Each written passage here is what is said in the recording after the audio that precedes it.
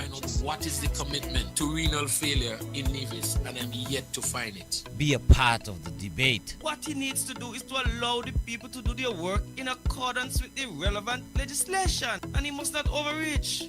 Because when he makes those suggestions, he is, in a sense, misleading the population here. Speak your mind. Defend your country. Call in. Numbers to call: 869-669-7312. That's 869-669-7312 or 917-460-2187.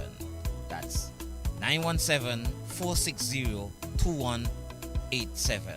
On target here on 2020 Vision Radio every Saturday from 1 to 3 p.m. On target. Be a part of it.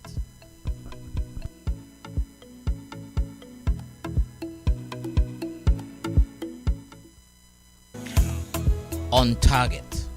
So I'm your host, Kelvin Daly, and I thank you for joining us once again. Join the conversation. I looked at it on Facebook and I read the speech, and I'm trying to find out what is the commitment to renal failure in Nevis, and I'm yet to find it. Be a part of the debate. What he needs to do is to allow the people to do their work in accordance with the relevant legislation, and he must not overreach. Because when he makes those suggestions, he is, in a sense, misleading the population here. Speak your mind. Defend your country. Call in. Numbers to call: 869-669-7312. That's 869-669-7312 or 917-460-2187. That's 917-460-2187. On target here on 2020 Vision Radio every Saturday from 1 to 3 p.m. On target. Be a part of it.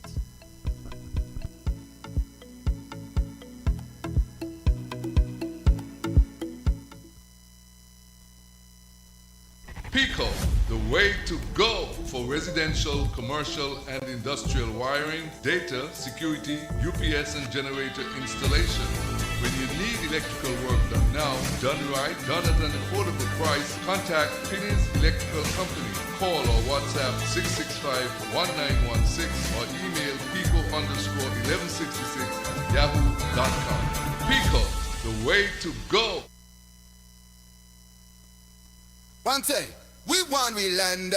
We want we say. Everybody to that we go and hold on today.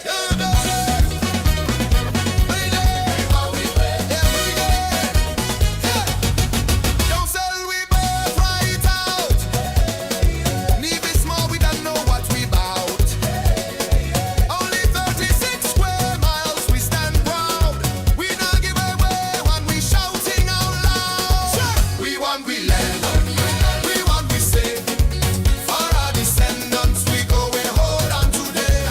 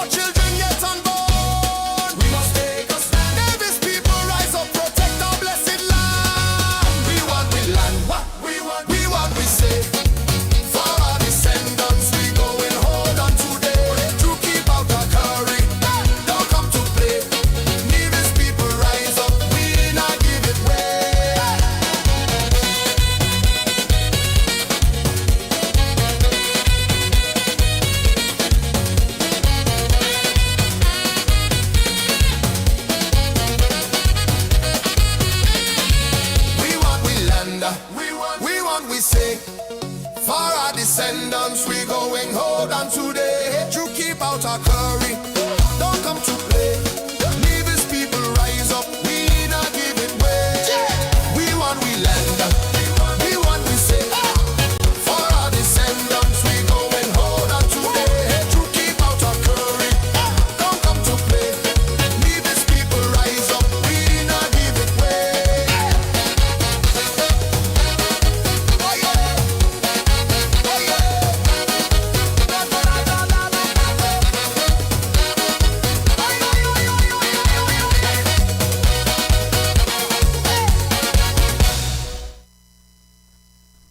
Let us put our hands together for Papa Wheeler.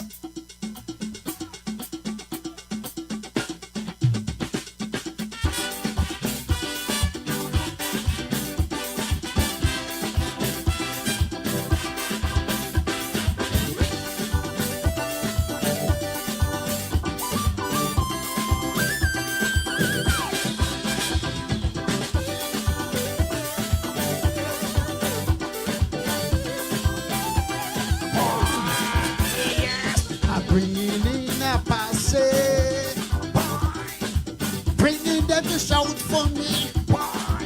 I want them to roar for me. If you don't know I want in you, but I bang them, they go ball foul. Talking about irregularities, boy. They go be up and down, tumbling. No pattern, don't pick come in. Boy, pegging south. I'm bringing in East Indians. From the north, mi amiga and amigos. Como esta bienvenida. La Nivis fiesta. Bring them to shout for me. I want them to roar for me, boy. I go be mashing down the complex. Yes, if they don't come me king, boy. I don't be like the doctor placing the campus suicide bomber, boy. Bringing them to shout for me. I want them to roar for me. Anything you want, you go get, boy. I'm mixing up the soca, with some Hindi and some rumba, chutney and lavandera. ID no necessary, boy. Whisker lips a mercenary. Bringing them to shout for me. I want them to roar for me. Maintain your impulso. Total zombie and beater. Take it away.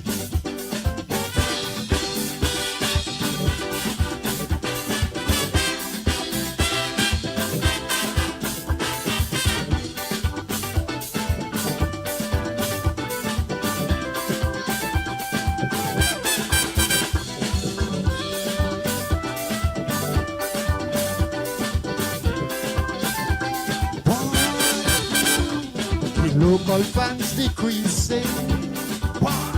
By the numbers they keep dropping.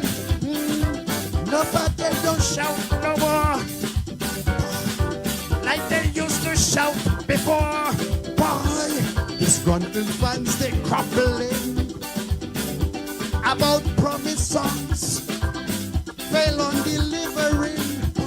Start song and can't finish it. In standard English, singing stupidness, nonsense. Why don't you sing a song and again? Tell me what happened to me fair share when the money disappear. Ooh yeah, boy. Stuart, if in question here, bringing them to shout for me. I wanted to roar for me. Complex. Yes, if they don't crown me king, boy, I don't really like the doctor placing their campus suicide bomber. Bringing them to shout for me. I want them to roar for me. I'm gonna be mashing up the complex.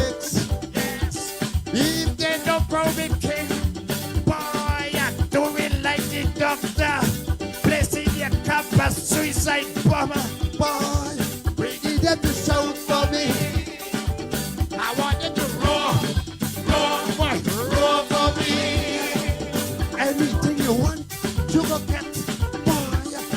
I'm mixing up this soca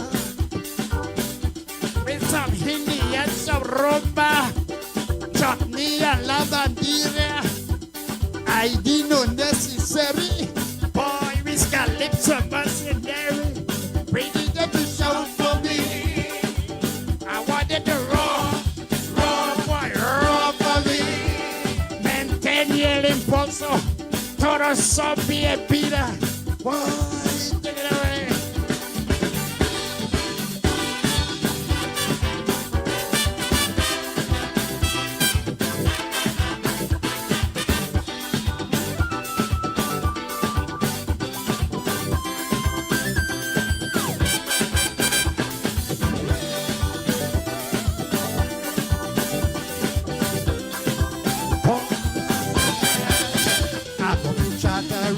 Airlines. See bridge and see taxi. Bring it to shout for me. I want them to roar, boy, roar for me. You got know. You got to spend big money if you wanna win monarchy. I go got the diaspora. 420 in my corner, boy. Share the life, boy. Press like, subscribe, sharing. All here in the diaspora's king. Your king go be knocking down your airport, knocking down hospital walls. Boy, training geothermal. Let the Jewish people sing the song. These Hebrew boys don't understand. Betty, that is out for me. I want it to roar, boy, roar for me. I'll be rocking down the complex. Yes, if they don't throw me king, do it like the Dr. President, Kappa, suicide bomber. Bring it there to shout for me. I want it to roar, boy, roar for me. Anything you want, you go get. Yes, I'm mixing up the soca with some Hindi and some rumba, chutney and lavandera. I did not necessary. Please calypso mercenary. Boy, bring it there to shout for me. I want it to roar, boy, roar for me. Maintain el impulso. Todo zombie and Peter. Kick the momentum. Everybody is welcome. Thank you.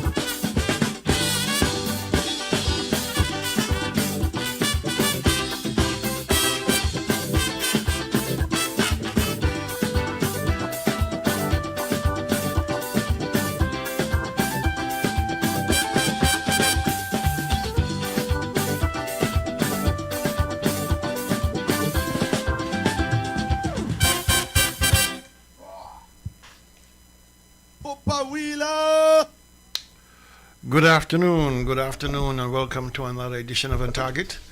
And as usual, on a Saturday afternoon, I'm your host, Kelvin Daly, and in studio with me is the man himself, the mayor of Hamilton, none other than Tulu Weeks. Good afternoon, Tulu. How are you? Good afternoon, my brother. It's good to be here again. Wonderful. Let me give apologies for Danny. He'll be extremely late. He sent messages that he has some prior engagement that will take him down to 2 o'clock in the afternoon. And so he has had a busy morning. So 2 o'clock, then he should be here. But let me say good afternoon to those who have taken time out of your busy Saturday schedule to be with us.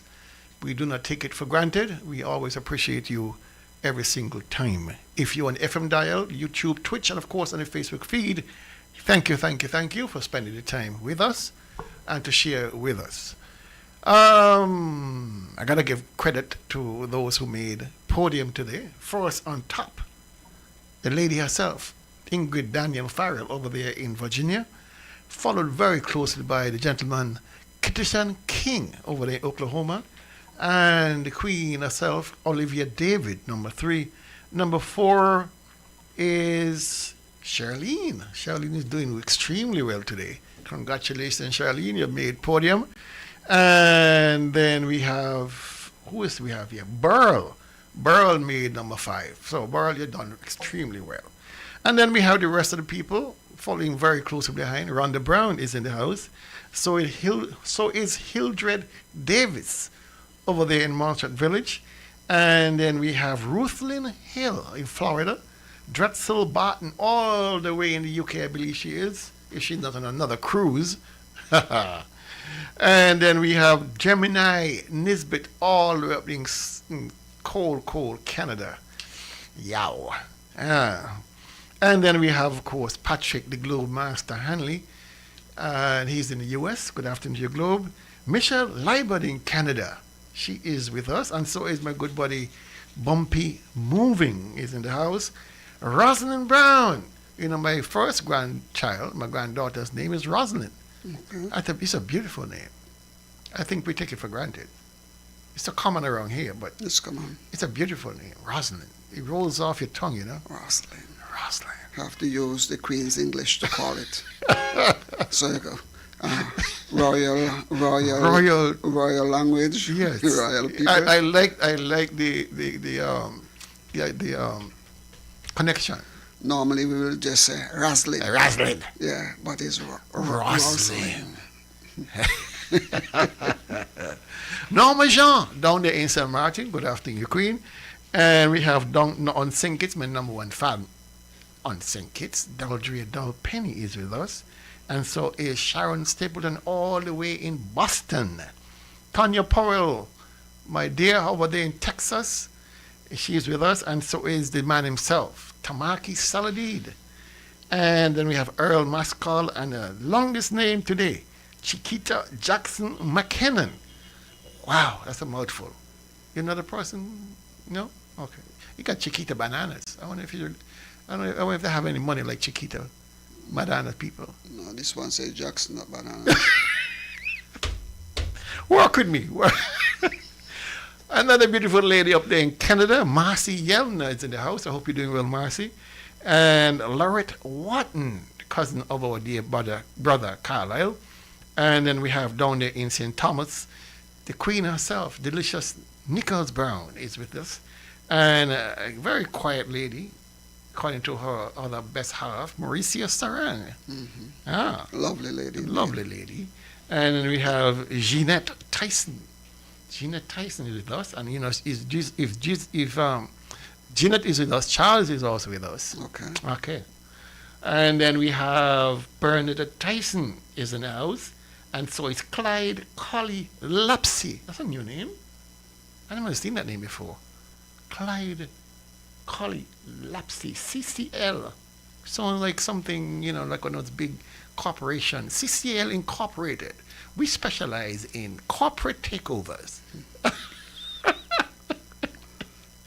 Jam Forbes, good afternoon to you, my Queen. How are you? And who else we have? Oh, yeah, that's it for now.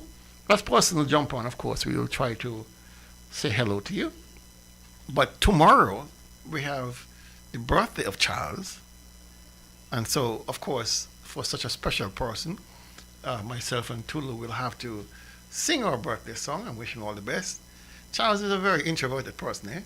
And so I'm surprised that he even allowed Gina to tell people tomorrow is his birthday. Well, Gina didn't ask. If Gina had mentioned it, he would have said no. And so... He would have said no. Yeah, he would have said no. Charles would have said no. Paul Pemberton, good afternoon to you, sir. He just clocked on. All right, so on Monday, just in case another person is celebrating on Monday, you know the person is? Yeah, Robin Latham is celebrating on Monday. We sang for on Thursday, but she's such a special person. Just in case she's listening, Robin, you and Charles, we are going to sing for you today. And let's go. All right. Happy birthday to you. Happy birthday to you.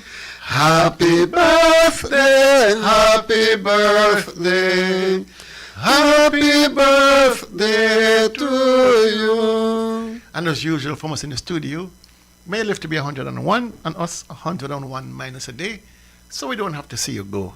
May God continue to bless you with good health, strength, and of course, wealth. All right, we got quite a bit, Tulu. We never without quite a bit. We We are never without that. we never seem to catch a break and have a slow day. So much ills are taking place in the country that it tells the people then that things are not going so good in terms of this present administration, and so we always have a lot to share with the people, to inform them, to remind them of. And let me say to Dr. Daly that the story you broke last week about the sales of the land that was vested in National Bank has taken quite a deal. Quite a bit of people met me and talking about it.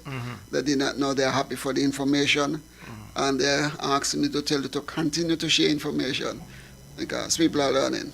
Appreciate that. We always glad to get feedback that we are doing something useful, and so I do appreciate when we get positive feedback, even criticisms. We appreciate every single thing, and we appreciate you most of all. All right. So let me first off mention our breakfast this morning. St. Paul's would have had our first breakfast for the second breakfast of the year, first of the month, only one for the month. Up there by Papa's Grill. Thank you, Papa, for allowing us to use your space again, and good afternoon to you and your patrons there at Papa's Grill. All right, but today we had a wonderful breakfast, Tulu, and we had a lot of sponsors, a lot of patronage. We were sold out by 8 o'clock. We started around maybe 6:30, and by 8 o'clock the breakfast was finished. I mean, it was spectacular. It tells us that persons are willing to, support St. Paul's in their endeavors, support our caretaker, J.D. Keynes, to ensure that we have some kind of funds to fight this battle against this CCM government. So I thank all those who donated, and there are some persons who wish to remain anonymous, but there are some persons who don't mind me mentioning their names. And so let me say, give thanks to these few people who do not have issue with their names being mentioned. My good buddy from way back boys' school days, Don Van Camper, down there on St. Kitts, he would have donated. And we have my good buddies there at Happy Endings, the place where you can get the best pizzas. I mean, some of the best local food ever. I mean, I'm surprised people not flocking there on a weekday because the food is cheap and very delicious. Yeah, so thank you guys there at Happy Endings. Down there in St. Thomas, delicious Nichols Brown, always supportive.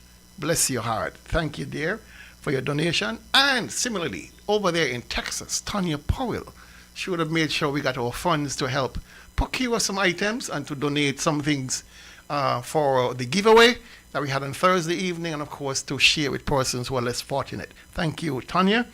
And then we had, of course, Robin Latham. She would have sent some money also. And the Knights of the Round Table. These are my guys who we sit on Saturday nights and Friday nights, and we talk politics and we talk life.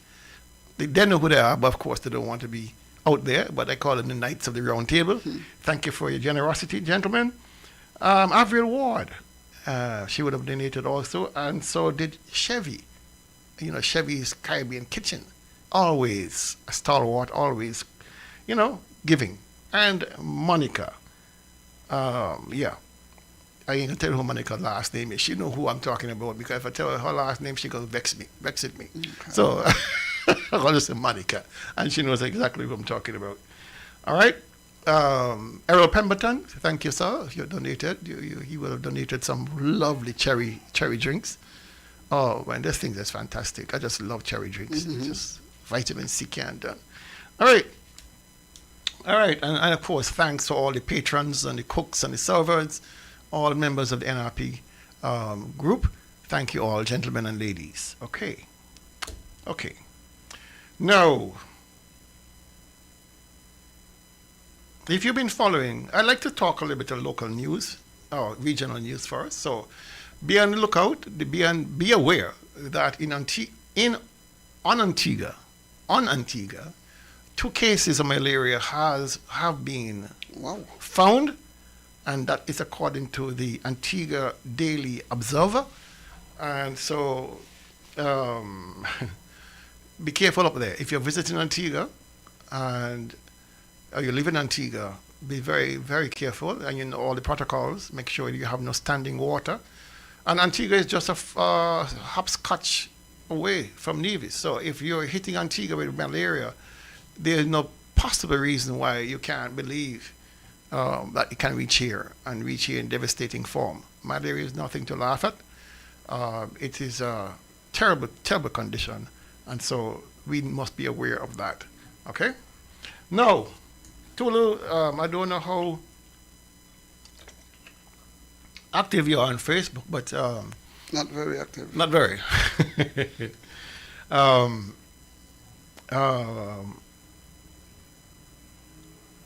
There was a story a couple of days ago was published by Obi, where a farmer on St. Kitts, a pineapple farmer, was reaching out to the government asking for help in marketing his produce, his pineapples. And I was so disappointed and disheartened that there were about 400 comments on that page, on that post. And 99% of those posts, those comments, dragged this farmer into the dirt. Dragged him. Why don't you go on the side of the road and sell? Why don't you cut them up and sell? Why don't you do this? Why don't you do that? Why are you always relying on the government? Why are you always blah, blah, blah, blah, blah? I'm a farmer. And I know what it takes to put a crop out there. Farmers don't have the kind of leisure time you think they have to be out there selling produce on the side of the road. If they're out there selling on the side of the road, then who is minding the crops? Who is making sure that things are done properly on the farm? Who is to ensure the next crop? Farmers want to produce. That's all they want to do. That's all they want to do. And I can talk from the standpoint of a farmer, because I have farmed acreages. And there was not enough hours in the day to do. To do the weeding, the watering, the fertilizing, managing your crops, looking out for the next crop coming up, getting your plowing and your cultivation done, harvesting. I mean, these people who are talking, they have no concept what it takes to produce a crop. And furthermore, I am certain that the Department and Ministry of Agriculture and St. Kitts is very much the same structure as what we have in Nevis. Because on Nevis, there are 2 divisions that deal directly with farmers and marketing. One, first and foremost, you have marketing a division. Those are the guys who sell on behalf of the farmers. So you bring your produce in, you leave it at the division, they dispose of it for you, you come back for your check. The second division is what you call crop extension.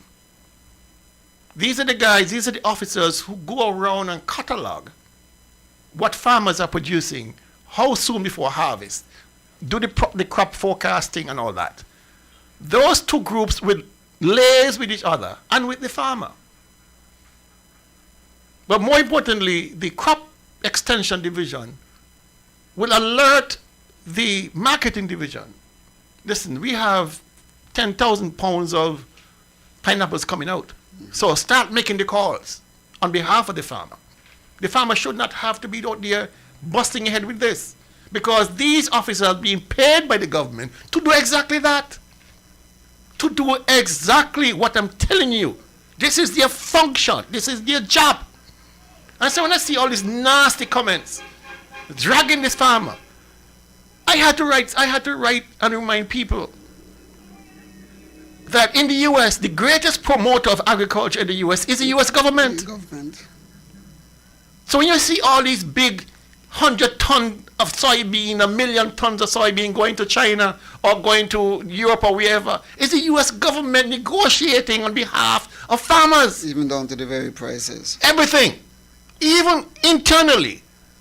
There's a minimum price farmers can get. The U.S. government steps in to save them. Why are we so hard?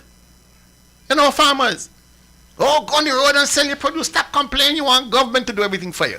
But Dr. Really? Those were not the things that the present Minister of Agriculture promised. What he promised is that the government, you go out and you farm and what's not, the government will secure the market for you. And that's what you are saying there. That is what he says to us and the farmers. To encourage farmers to go into farming. Of course. You won't have to worry about the selling. You just go do your farm, you do the production, we are going to do this. But he has failed the people. Tolu, when I was the director, I think I was director of the Permanent Secretary of Agriculture, back in my younger days, myself and another officer traveled to St. Martin and to Statia. Doing what? To make connections to farmers to sell. The farmers didn't have to go. We went. And we spoke to the supermarkets. We spoke to the hotels. We took our samples. And everybody was so excited and eager to be a part of this process. When Mark Brantley went down to St. Bart's recently, having a meeting with the minister, the equivalent of the Minister of Agriculture on St. Bart's, saying that Nevis is ready for business. What was he doing? Promoting agriculture on Nevis. So what is so wrong with this farmer going on Facebook, pleading for help? Why are people taking it so badly that he did something so out of bounds? It really upset me. When you have a minister of government who is deeply entrenched in agriculture themselves, they are promoting and focusing on promoting what they have, not the other farmers. I personally do not believe that a minister of government who is involved in anything to do with their ministry should be heavily vested in, especially his agriculture. He was in agriculture before, but when he became a minister of agriculture, there's nothing said that he has divested. It seems to me that he has dug in, used his influence, his power, to make sure his side is powered up. Let's take this call. Good afternoon, you're on target. Good afternoon, brethren. Good afternoon. I call you from Sinky. Good afternoon, sir. You must be like that, because you say the Simako them we already had down here. The Simako them used to take everything. Gotcha, them leave them here, and I don't know which government after Gotcha sell them out. One up by fire station, I want Jimmy Yard. And he had a parking lot where people could go and park. He blamed the farmers them down here. Ball out because they said they had 100 bags of cabbage, carrot, Simako take all. When they get it the same time after, they take all. A supermarket only want one bag. You know we go? And one bag and one bag. So, you see what them government here do? You see we go? Yes. It can't be no better. Unfortunately. And I think I hear the federal about the point then. But it can't be no better. They say one go by Skelly, when you go across Central Street, I think I'm going like this. They take it in them government left here, we better them left here, and a far part. It must be like that, brother. All right, thank you, caller. All right, all the best. All right. Good afternoon, on target. Hi, good afternoon, everyone. I just want to add, Dr. Daly, as you speak about the comments on Facebook concerning the farmer, that the Premier was on his show only Wednesday night saying the same thing, that the farmer should go find a market and why he depending on government and what he looking to government for. Are you serious? I am serious. So that may have initiated some of the comments that you see there on Facebook, but Wednesday night, that was his story. That is absolutely ridiculous. That is sad. That is really, really sad. Very sad. Thank you, caller. You're welcome. I mean, this is the first I'm hearing about this, that the Premier actually said this. Because then it goes contrary to everything he has been saying. That when he took a trip to St. Bart's, he had conversations and, they're open for business. Then what the hell was he doing there? What was he doing there, Tulu? Because if he's saying no, the farmer should go find market, then he's being totally disingenuous with the plight of farmers here on Nevis and the plight of farmers who are trying to move their stuff. When Simaka closed down, I was absolutely shocked. Actually, I mean, I was disappointed in the first instance because you need a central marketing arm to support agriculture. All right? I mean, we give concessions in the hundreds of millions of dollars to all sorts of investors, so-called investors, to support them in the endeavor. We gave Marriott $27 million interest-free loan. Nobody knew about it. So we lost all that interest payments. We have been subsidizing Park Hyatt and all the other developments in the Federation through concessions. They don't pay, as they pay nothing on import duty, no VAT. Sometimes not even the room service charges they pay. And we are comfortable as a people giving away hundreds of millions to foreign direct investors who, when they make a profit, repatriate the profit to their corporate headquarters somewhere in the world. But our farmers and our business people have to bear the brunt of this nonsense. So when are we going to subsidize that, our farmers? Is that going to happen? When are we going to do that? Let's take this call. Good afternoon, you're on target. But remember, they could go up to Akhoit and get the belly full. I tell them, I sell out to we. The government now depends on Navi. Coming election, you know, depends on Navi. The people talk about people. The people talk about government, already depends on government. Who government are depends on? Who politicians are depends on? Navi. Oh, me mother with people. People are not sick boy. All right. I believe, Dr. Daly, that somewhere along the line, we have lost our souls and we are losing more and more. And we become so caught up in our politicians that no matter what they do, they're right. And whenever you have to criticize them or to call upon them to do something, there are those who behind there who are defending them. They are there as our servants. When they came out and asked us to vote for them, they said that they're going to serve. Give them a chance to serve. They said to us that this is what we are going to do for you. And so when we put them, then they don't do it, and we ask. How come some of us still are still upset that we asking? Good afternoon, you're on target. Good afternoon, you're on target. Hi, good afternoon, Mr. Daly. Good afternoon, sir. I couldn't help but noticing the stupidity some people put themselves in. I listened to a program this week where the Premier was on his weekly rant in his soliloquy where he blamed everybody else but himself. When time comes for question and answers, a young man called in and asked him about Spencer Brand's land. Well, you know, the Premier doesn't know anything about Spencer Brand's land. He told the young man he didn't know anything. But he was quick. And he hastened to start to tell the young man about Janice Daniels' land. And I thought that made him look so less than. Well, I tell you, caller, I have a clip of it, and we're gonna play that. I'm not going to. Yes, I couldn't leave that out. That was a certified moment of stupidity. Yes, sir. You might not like people using those words, but that's what he's portraying, and he doesn't understand it. I mean, people gotta stop with this nonsense and come to sensible people with some sensible things, because that is reflecting on the intelligence of trying to put the intelligence of these people down, and it's offensive. Very much so. What he doesn't understand is that whereas the average guy on the street didn't put themselves up for public office, he did, and he has to be held to account for the nonsense he does for these people. Thank you. Thank you, sir. Yeah, Tolu,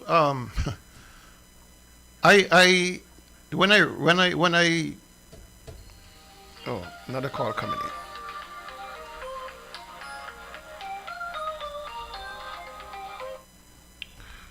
Good afternoon, you're on target. Dr. Daly, good afternoon. Good afternoon, sir. By the way, before you start, what's your name? Because I don't like to call you Monstrat. Monstrat. No, we want to hear Monstrat. What make you give me name? Hi, Greg. You're afraid to give me name. You have to still call me Monstrat. Call you what? Manjack? Monstrat. You still have to call No, I don't have no problem there. I have no problem there. From inside out, upside down, you still have to call me Monstrat. Okay. Right? Because of the Monstrat input. Alright? Okay. Listen to me. Good afternoon. Good afternoon, my brother. And Tulu got guiding these names, right? Mm-hmm. Isaiah. Mm-hmm. Jehu. Mm-hmm. So Tulu, you got that? Isaiah Jehu. Jehu. You will guide Daily, because Daily might not know. Then two powerful names, right? Okay. But he has two big names. Go ahead. What's on your mind? Yes. Wednesday night, you know, me hear the back and forth with me and But I tell you what, caller. I tell you what. We have that tape. We have that tape lined up for later in the program. So you can no, come back. with the farming. Oh, the farming. Oh. Go ahead, please. Go ahead. You see, like you know, catch your farming part. No, I didn't catch a part there. I wish I had, actually. But upon the same call.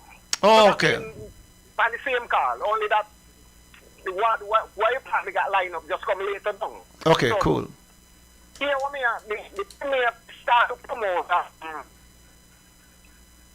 He go back to the center. And I said that one jelly water down there costs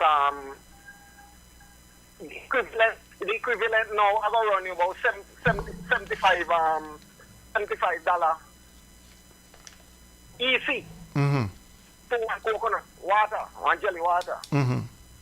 Then he started to sell $10, you got like vegetable, $10, you got that, $10. So especially the mangoes, and you can't run name more mango, one like that mango. Mm-hmm. And so if then they go down not send up a whole ton of money. Mm-hmm. You get that? Yes. Right. So Mr. Premier, but this is the second presentation how you make. With this one thing, because when you go down there with the wine, you make the same presentation there. You come back and you make this presentation with coconut, but mango. water, Yeah, mango, yeah. So he said, I did that. We say yes. He said, well, so good then. So that means this is my second promotion. We say, okay, so come here. And the first time that you go, what you put in place now to give vehicles now to the farming? He said, well, I really and truly, I don't do anything. I'm just promoting to get the farmers and so get ready. He said, no. He said, Premier, but you come back and you make the same presentation over. Me deliberately come, yeah? Me deliberately come because me know what me want to forget. So he said, but you know, no make preparation in the way that he's supposed to come now. All the farmers up here together. Even that you got virtual, right? Even got the minister down there. Virtual. That the farmers up now even question the minister down there. All that, but you know, me couldn't get into all this, you know? Mm-hmm. But he says, again, I'm telling you, you can't hear, I say do nothing. Me say, you get answer. Okay? Okay, cool. All right. Good. Yeah. Okay. Yeah, so it tells you how disingenuous the Premier is to make such an awkward comment, such deliberate, awkward comment. You know, that his job is to alert the farmers of the possibility. So how the hell would a farmer who doing mangoes, they're supposed to take a flight to St. Bart's and make the market? mean, I keep repeating the same story of my own experience with the ambassador from New Zealand when I was the permanent secretary. And with the ambassador was the head of the meat council, the milk council, the milk board, the cheese board, the wool board of New Zealand. Mm-hmm. Business people that followed the ambassador to make connections. The premier went by himself. He didn't walk with the permanent secretary from the Ministry of Agriculture to say, well, I pass it on to Mr. or Mrs. this. Well, in this case, Mrs. Gaskell. Why didn't you walk with the permanent secretary? Why didn't you walk with the permanent secretary and the director? I said, these gentlemen are the two people I'm entrusted to act on behalf of the farmers of Nevis. But he went by himself and then come back to say that his job is just to talk. I was sent to St. Martin, St. Martin and Stacia by my boss, E. Roberto Hector. He said, I went down there. He told me, listen, Daly, I went down there and I told them to expect you. Okay. Because you're the man on the ground. I can't do the things you're doing. So I took another officer with me to St. Martin and to Stacia and made permanent connections. You see those people come out now for open day from Stacia, they catch the boat, is we started the process. Started under you? We started the process of getting these people here. The exchange of meats and things started under you? Under me. We were buying 6,000 pounds, 8,000 pounds, 10,000 pounds every few months. Pork, beef, and mutton. And when they came, especially for open, they went back with plants, they went back with crops, with fruits and vegetables. We started that on the EU Belt to Hector. What a difference. What a breath of fresh air. But he goes on there and tips wine, drinks wine. And once he gets to Nevis, he said, well, I spoke to the leaders, but who did you walk with? What came out of that, Mr. Premier? And this is why you can jump on the bandwagon. And this farmer in St. Kitts talking about he should be looking for his own market. Then what the hell do we have a marketing division for? That is true. Why do we have extension division for? That is their job. You should be ashamed as the premier to be talking that nonsense. And people must hold you accountable for these kind of poor decisions. The thing here, Dr. Daly, is this. You spoke about accountability. We have not held Premier Brantley and his administration accountable for the actions. We held Premier Parry and his administration to a high level of scrutiny. But when it comes to this administration, the very same people, they're laid back. They have absolutely nothing to say. And so the Premier feels empowered to do what he's doing because what? There's no accountability. Well, we are holding him accountable right on the show here. Well, we are holding him, but outside here, when you look at, when you mention that the majority of the people would have gone after the farmer rather than after the minister who promised the farmer that we are going to put the things in place. Your job is to go out and do the production. Our job is to take the produce from you and get them to market. That is what they promised. And because they did not fulfill their promise, the farmer has to come to say, no, well, you told me to produce, I produced. Now these things need to go to market. You need to help me to get them to market. And people are saying that the farmer need to do it themselves. We're moving on because I don't want to get any more so upset about this. All right? And one more thing. There's a lot of assumption that the farmer did nothing to help himself. That the farmer did not try to sell any produce to anybody. But the man had so much. Can't get that all. You need cold storage to keep them from spoiling. Where is the central cold storage in St. Kitts? Do you have any cold storage since tobacco closed down? I don't know. No. I know the minister, Samuel Duggins, had bought a number of refrigerated containers to do exactly what I'm describing, to help farmers store the stuff and keep spoilage at a minimum. I'm not certain whether they're operational or not. Somebody will have to tell me. I don't know. But the concept was, this argument was, you need to help yourself. Well, who said he wasn't? People are making this big assumption because the man out there pleading on the social media platform that everybody uses.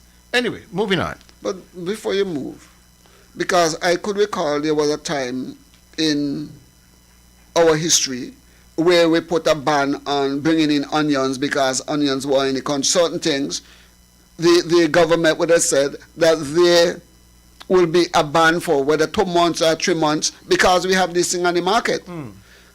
Why not do the same thing when it comes to pineapple? Or any other thing? Any other thing.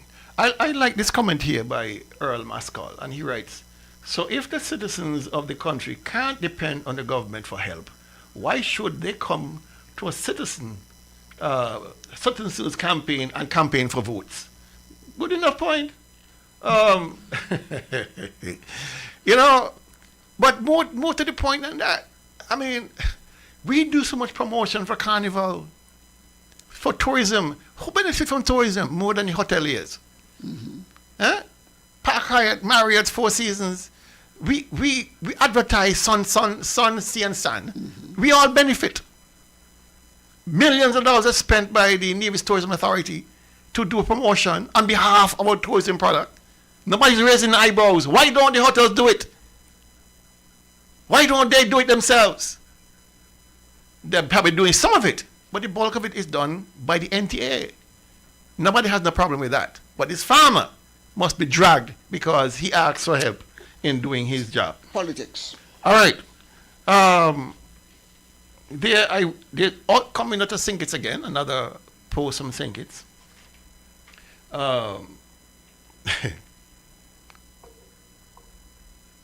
And this one here got me a bit bamboozled. I don't know if bamboozled is the word. Confused. Bent out of shape? Yeah. All right. And it's written by Erasmus Williams. And the headline is, Farmers in St. Kitts receive 5,000-gallon water tanks to ensure food security. And this was recent. I think it's the day 22nd of May. So that was yesterday I saw this. And I thought it was important that I speak about this. All right. Now, he reads. I'm going to read a little bit of it to you, and it says, with climate change continuing to cause problems for communities around the world, Minister of Agriculture, the Honourable Samuel Duggins, continue to find ways to assist farmers. On Thursday, farmers across St. Kitts were the recipients of 5,000-gallon water tanks during an official handover under the Improving Environmental Management through Sustainable Land Management in St. Kitts and Nevis project. This important initiative continues to strengthen climate resilience, improve water access, and support sustainable agriculture production across our federation, Minister Duggins said. Nice words. Pretty words. Food, you're talking about agriculture production, support sustainable agriculture production, climate resilience. All the, key words spoken nicely. Let us look at this. I've been a farmer basically all my life, my adult life, since leaving university. I farm at Cades Bay, I farm at New River. I got a little farm home by me. I know a little bit about farming. Just a little bit. The key limiting factor, besides predation by monkeys, and perhaps equal to monkeys, but the key limiting factor in my book is the availability of water. We are, as the minister said, moving through a period of climate change where rain-fed agriculture has become unpredictable. You do not know in the olden days, too, you could tell the rainy season from the dry season. Now, you really can't predict anything. And we're seeing the result of that. We are asking farmers to go in with larger acreages, more production, crop rotation, one in, one out, one in, one out. Water is critical to every single step. And I read this, and I said, Samuel Duggins can't be serious. The minister cannot be serious. I mean, that might take some people by shock, because here you're giving a 5,000-gallon tank to a farmer, free of cost, as part of your sustainable agriculture production. And the first thing when I read this, where are you going with that? 5,000 gallons. Really? I can't do nothing. You think this is a backyard garden? You're talking to a man who got 1, 2, 3, 4, 5, 6, 10 acres, and you give him a 5,000 gallon tank.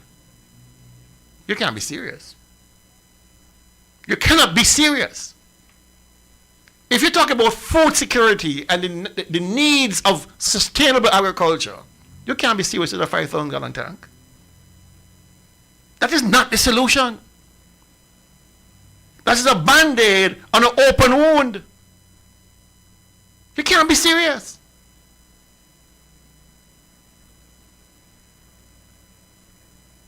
You could run the tank dry in one watering on a half acre. I'm telling you that. With the drip lines, hook up the drip lines. I'm telling you. You can run that tank dry. That 5,000 gallons you think you have there? 1 acre, one feeding, that gone. That finished. Why do you think in the US, when you get water from the US irrigation system, that they measure it in foot per acre? Mm-hmm. That's how much water it takes to flood a field 1 foot deep. That's how they talk about water. Let's take this call. Good afternoon, Target. Baby. Yes, sir. Yeah. Well, can the tank, right? But only under this condition. Every time it tank empty, the water chuck the full back tank. That's what I was going to ask you. That's what in my mind to ask. Let me tell you, middle farming. Mm-hmm. And right now, the tank they actually not the environment. And it done. And let's use if look. Just check right now you go into the hand wetting. Use hose, right? Mm-hmm. By the time you reach to the end of one long bank, and you look back up at the top of the bank up there, you only because you know that you wet them before you know. Everything. So if the water choke, if they got an arrangement that every time it run out, the water choke, just for long, well, you can do it with that. This one to that, be done. All right. Okay, then. Thank you. The problem here, Mr. Duggins, you have not solved the issue. You've put a band-aid on a very wide open sore. You have not solved the issue. The way to solve this is quite eloquent, actually. I mean, and that was our next step here in agriculture on Nevis. You need to put in shallow wells, dedicated shallow wells for farmers to access water. This idea that you're going to fill a 5,000 gallon tank and think you're going to have water to irrigate a crop in any meaningful way. It's a joke. You're not serious. That money could have been better spent trying to figure out ways of water harvesting. A couple of years back, they would have done some water catchment somewhere in St. Kitts. Big water catchment, huge hole in the ground, lined and everything like that. And my criticism of that is that's ancient technology. Because with industrialization, a lot of waste that we don't know where they come from end up in these water catchments. Water from runoff, because it's runoff water actually. Water from the roads and streets and stuff like that end up in these catchments, and you use them for agriculture. So a man has a garage up above you, above the catchment. Where do you think his oil and grease and thing gonna go? Out in the ravine. And down the So stream. when you have drip irrigation systems and you have these water catchment areas full of sediment, full of algae and all these things, and you have emitters that direct the water straight to the root of the plant, every minute they get clogged up. They get clogged.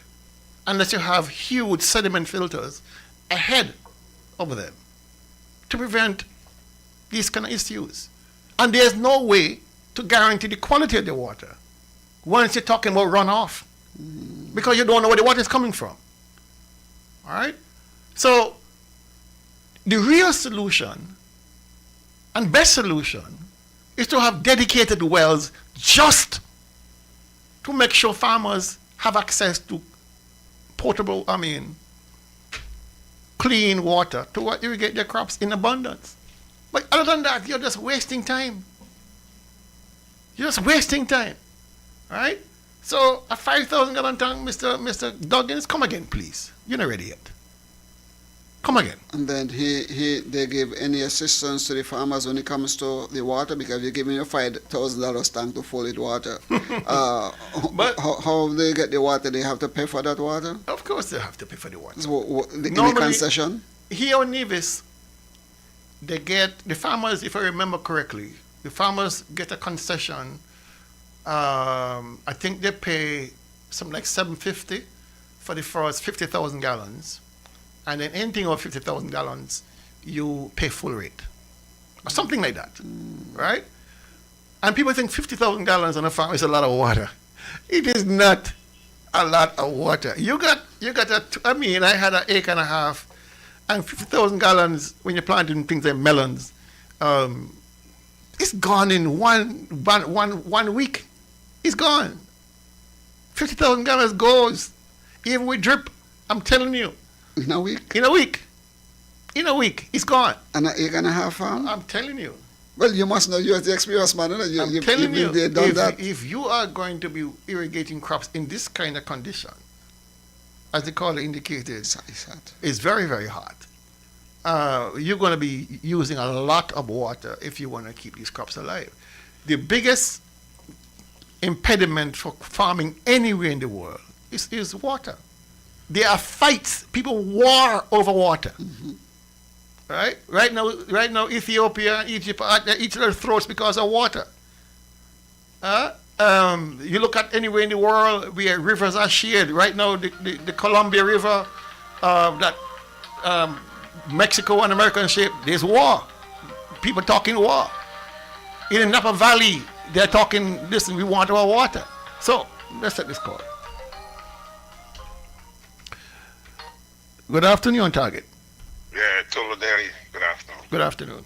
Tolo, when I was small, we used to catch water from the dam to fill up a drum. How much a drum of water be? 45 gallons. So, you know how long that will last you? In a week? With your household? Something less than a week. Okay then. So you get daily point the daily talking about. Yes, I'm reading him. I didn't honestly, I did not realize that it's so much water that is used on an acre of land to produce stuff. Exactly. I'm learning something today. He's a good teacher. Nevis administration need a man like that in agriculture. Even he dedicate himself for free, they still don't want him. What Nevis people really want? A government who do nothing. Yes. That is what Nevis people want. A government who do nothing and all is well. Don't say he do nothing bad, all is good. And Nevis people happy. And when they still come about to you, Tulu and daily. True. They don't like what's going on. But let them do it, let them put them there. God will know. They only recognize us every 5 years to give them a job. And after we give them a job, they said, to hell with you again.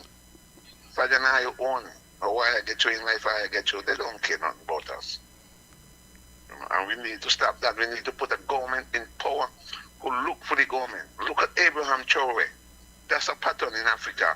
And all the African countries in Africa follow his pattern. And the West and America don't like it. But what? That's the way to go. Look what he's doing in agriculture. Take prisoners and make them farmers. Dedicate your time in prison and farm and make money. True. They need you in a girl telling you something to tell you.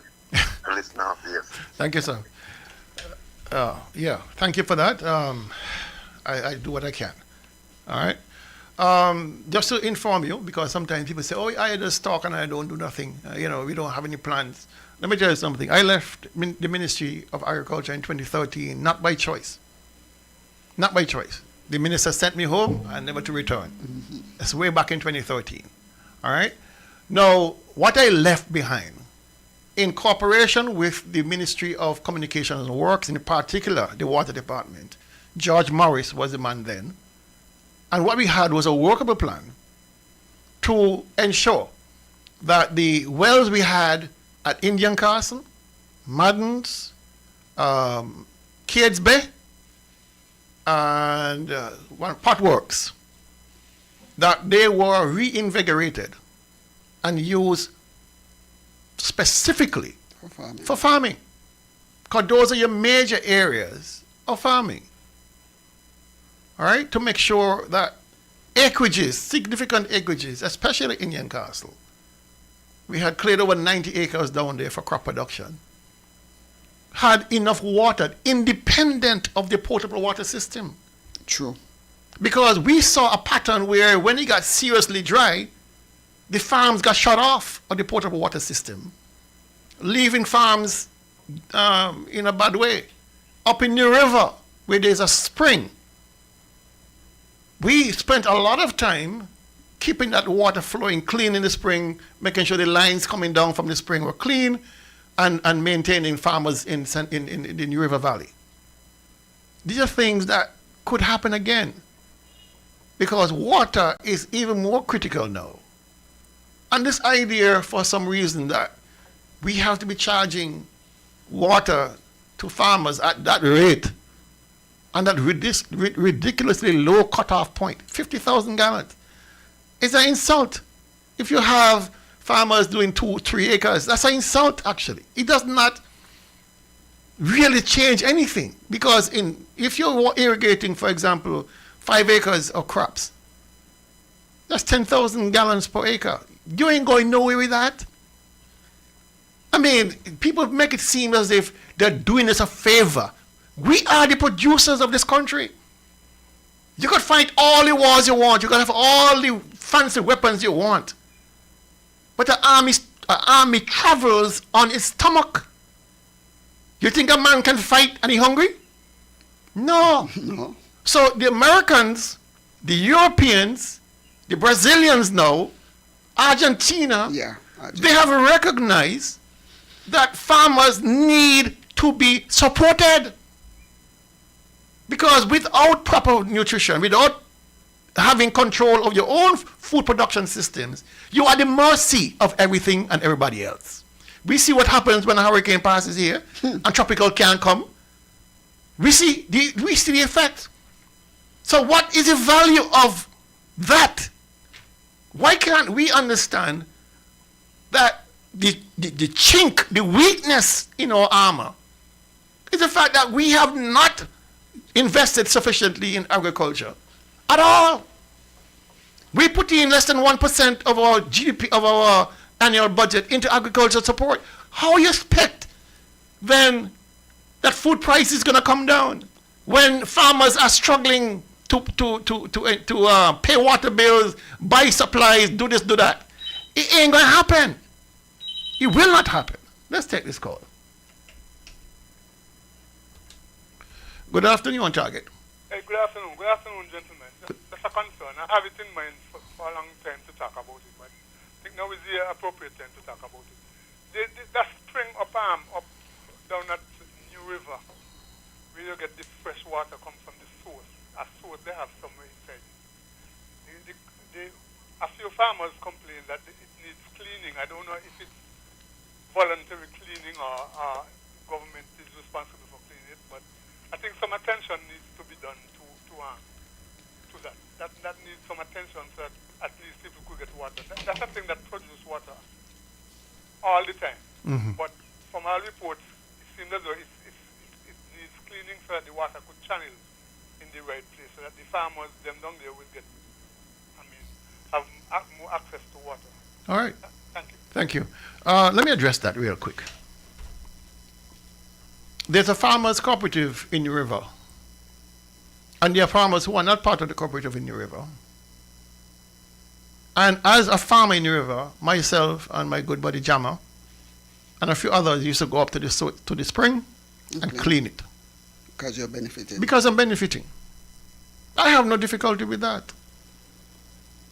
So, in a matter like that, I would have no difficulty to tell farmers, listen, you're benefiting from the water. Go clean it. Go clean the source. Mm-hmm. We did it without even thinking about it. We realized the flow was decreasing. We went and cleaned it. It's so accessible. There's no big mountain to climb.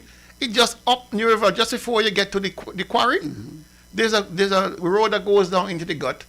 And you can follow the lines. There's some 3-inch, 4-inch lines that bring the water down. There's no harm in helping yourself with that. You know?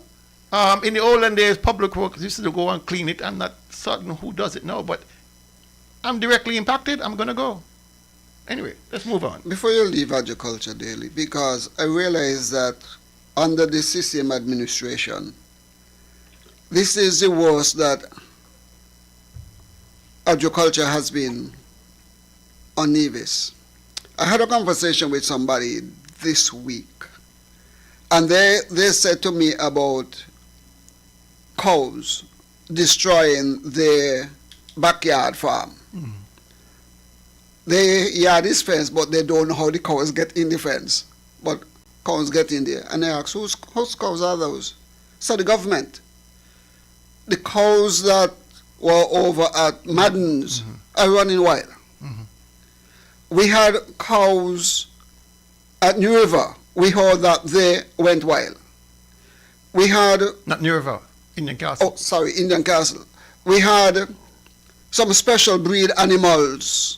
I think they came in under you, down at the same place. Mm-hmm. They were allowed to run wild. And so we find that everything is going wild in Nevis. And the latest thing is that they're talking about is the food orchard. Mm.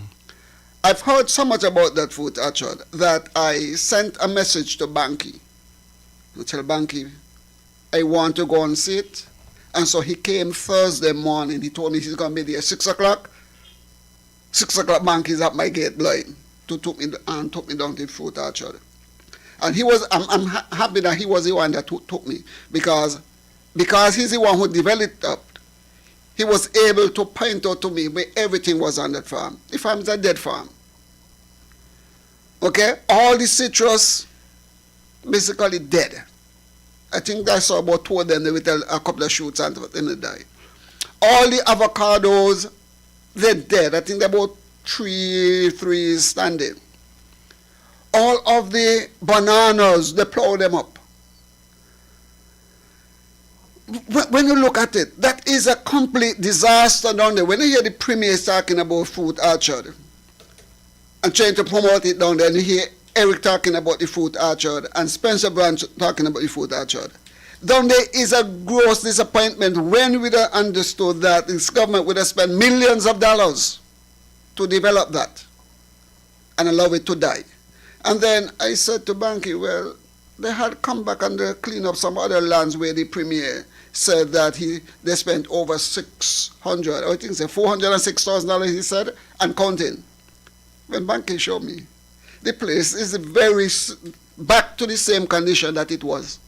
And so here it is that it is clear that the premier, the minister of agriculture, and the government itself has done absolutely nothing to prove agriculture on the island of Nevis. They keep talking about food security, but Nevis is dying. Good afternoon, Target.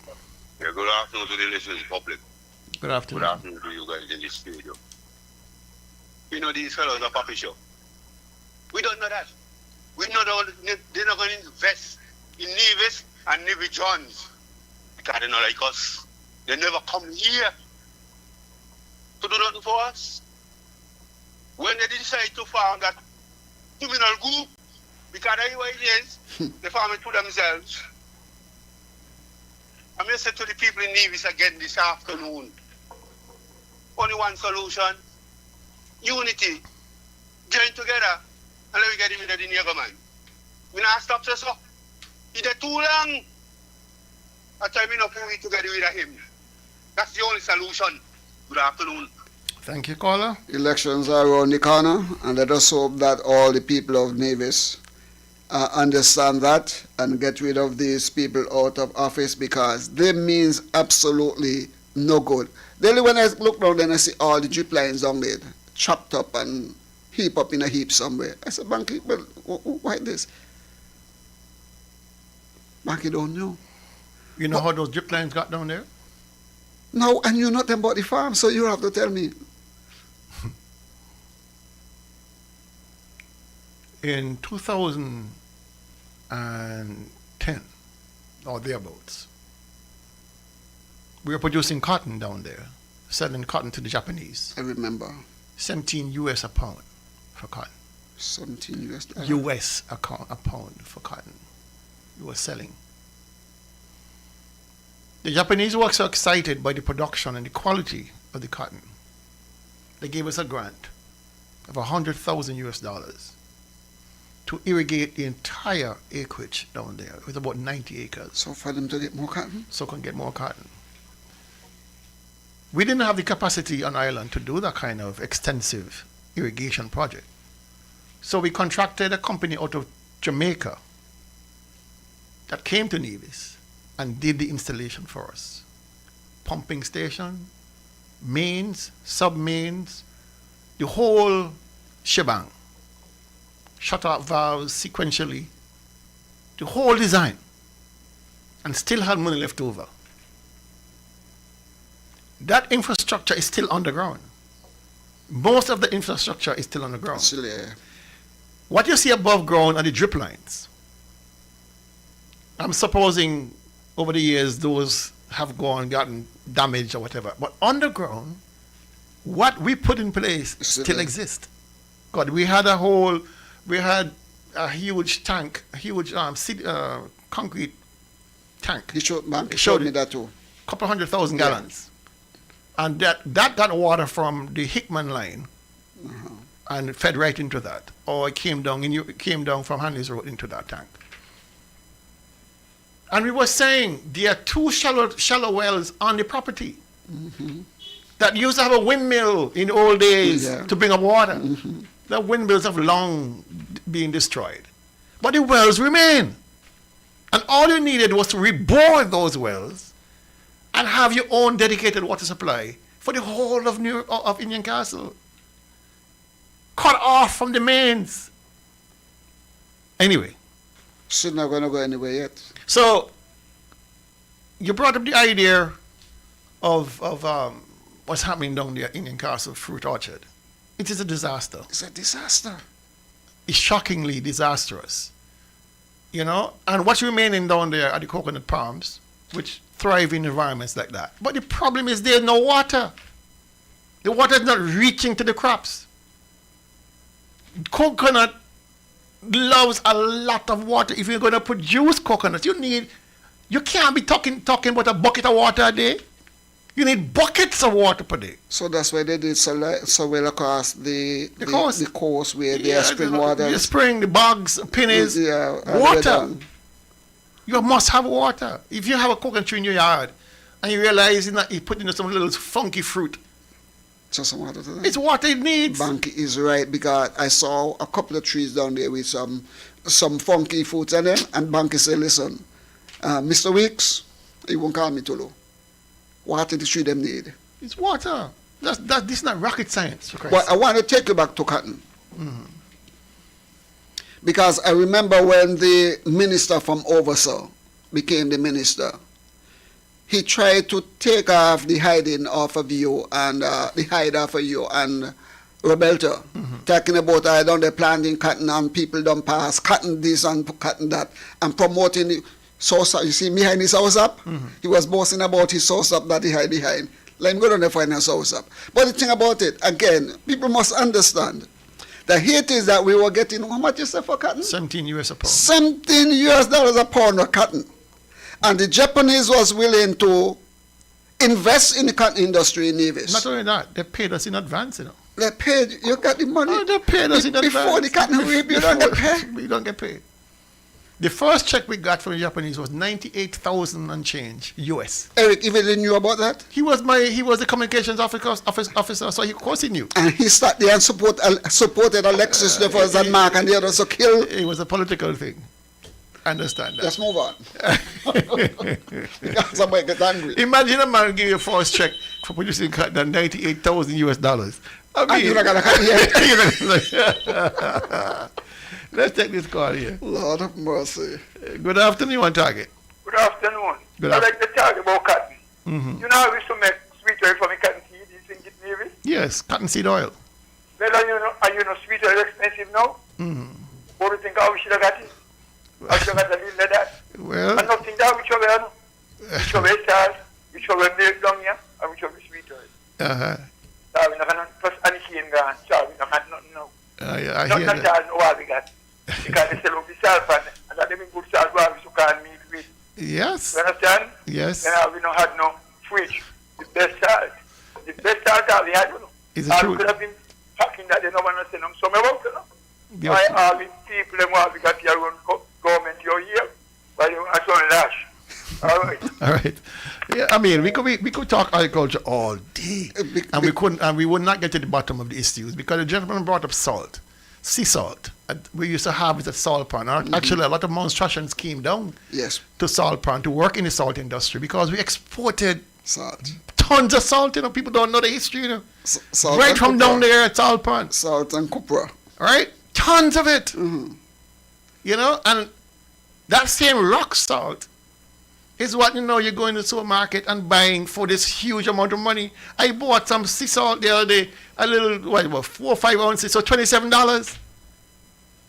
I mean, we throw away good things and bring in inferior things, but Let me ask the next question. I'm still going to be on agriculture, and then we're moving away. The ginnery was moved to New River. Yes. Who moved that ginnery down there? I met it there. Oh, you met it down there? Yeah. And you revive it? Yes, of course. We had to. It's in mothballs, so we had to get it back up and running. And that was ginning the cotton that you were sending to Japan? Yes. We ginned it right on site.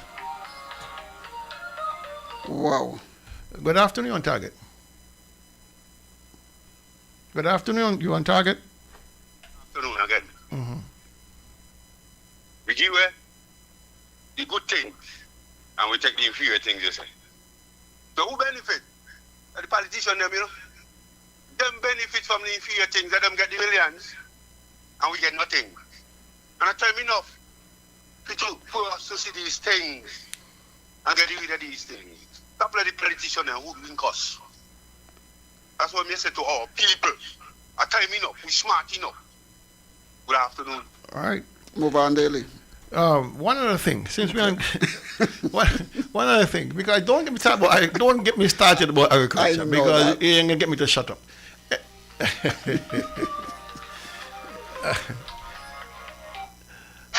Good afternoon, Target. Yes, good afternoon. Dr. Daly? Yes, sir. Listening to you guys and the radio program day after day, week after week, I wonder what we the people of Nevis does vote for. We vote for people because we vote for some men because they're beautiful, or we vote for people because we want them to help to develop Nevis. And I wonder when people listen to these programs, if they just weigh truth amongst lie and pick out what is best for us as a people. Dr. Jelly, I'm going to take a minute to explain something to you. Saturday morning, when the earthquake passed, I just go on the beach, Indian Castle, right down the south coast, where they're talking about they want to do destiny. I walk those areas to salvage stuff to use on my fishing fads. Saturday morning, I went down and I find a massive fathead. I had to call my brother-in-law to come with the pickup truck to assist me in pulling it down to where my truck would travel to get it. I went down by the fishing boat in Indian Castle, and I'm wondering if Eric Evelyn has a conscience. I call him by name. Dr. Daly, I remember as a boy going down when we left Cockle Harbor and had to go into Indian Castle to fishing because it was more convenient at the time. Miguel Mills used to transport my father to and from. And we dropped the days of using donkey and we start to get Miguel Mills to drop us down to Indian Castle to fish. You could have stayed up by the merchants then because that is the connection that my father had. Look down on the best side in Indian Castle and up there, and you could see exactly what is happening in the shoreline to see whether or not we will be able to go out or not. If you stay in Hanley's Road, the only person I could say no could stay in Hanley's Road and see what is happening down there on the coastline is the people them like God with them right down there in the upstairs houses. Mm-hmm. You can't see a thing happening down on the bed in Indian Castle now. Down there has become an overgrown forest. Yeah. And you know what is hurting about it? Saturday morning when I was down there, I said, look at this. The government has invested in a number of heavy equipment and machineries. This is not supposed to happen. The government heavy equipment and machineries is up and down working in a people's yard doing all kind of things as opposed to be solving the purpose that they was bought for. I see the government machines, one government had an excavator sitting in a place over here in Brown Hill. And I said, look at this. This is the exact same thing that Mark Bradley campaigned against. Oh, and parry this. But it is worse now. Indian Castle down there is a forest to get up to what we call Black Bay. To drive to go up to Black Bay and you have a nice Jeep. You can't venture up there because your Jeep will scratch up. Yep. I mean, I take the chance and go because it's a little old truck I drive in. But you want to tell me a man who was born in Hanley's Road, where his grandfather was the man and his uncle them who worked in that area and developed farming down there, allow Indian Castle to become a forest after the government has so much backhoe excavator trucks and machinery? So what are we voting for these people for? I sit down there Saturday morning when the earthquake passed. I say, well, what Nevis has become to under a CCM government. Well, I am to hope that the people will listen and weigh some of the things that they are hearing and make a decision. Don't talk about who beautiful and who you like. Man, let's just put a government in place to serve the people. Have a good day. Thank you, sir. Thank you very much for that.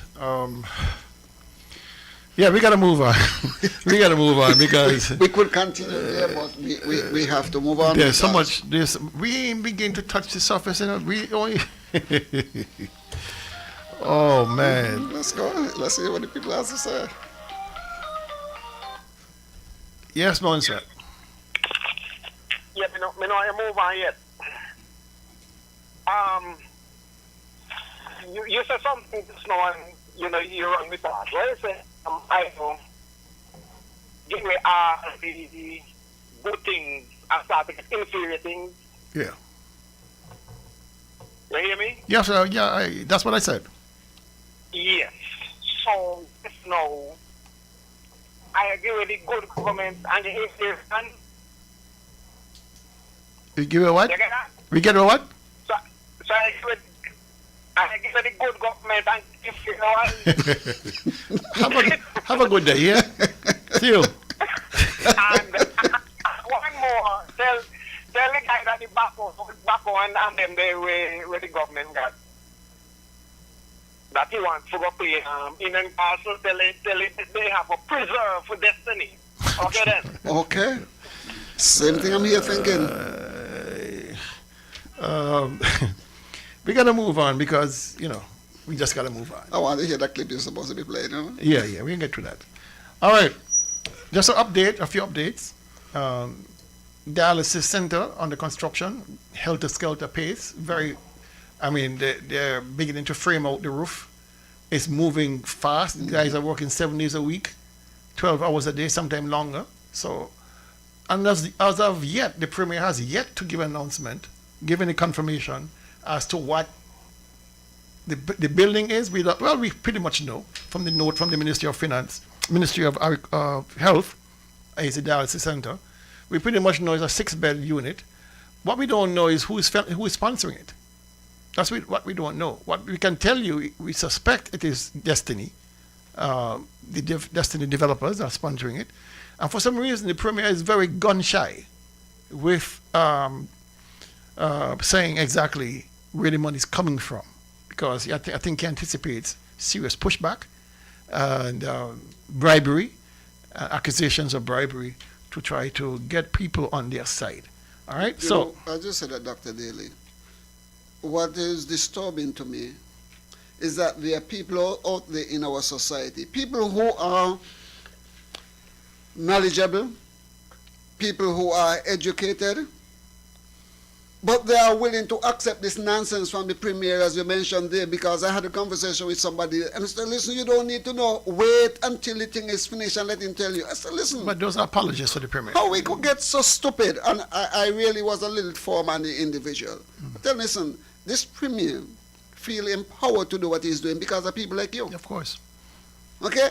How you going to tell me that I must wait and then find out who did it and what it's going to cost us and what's it?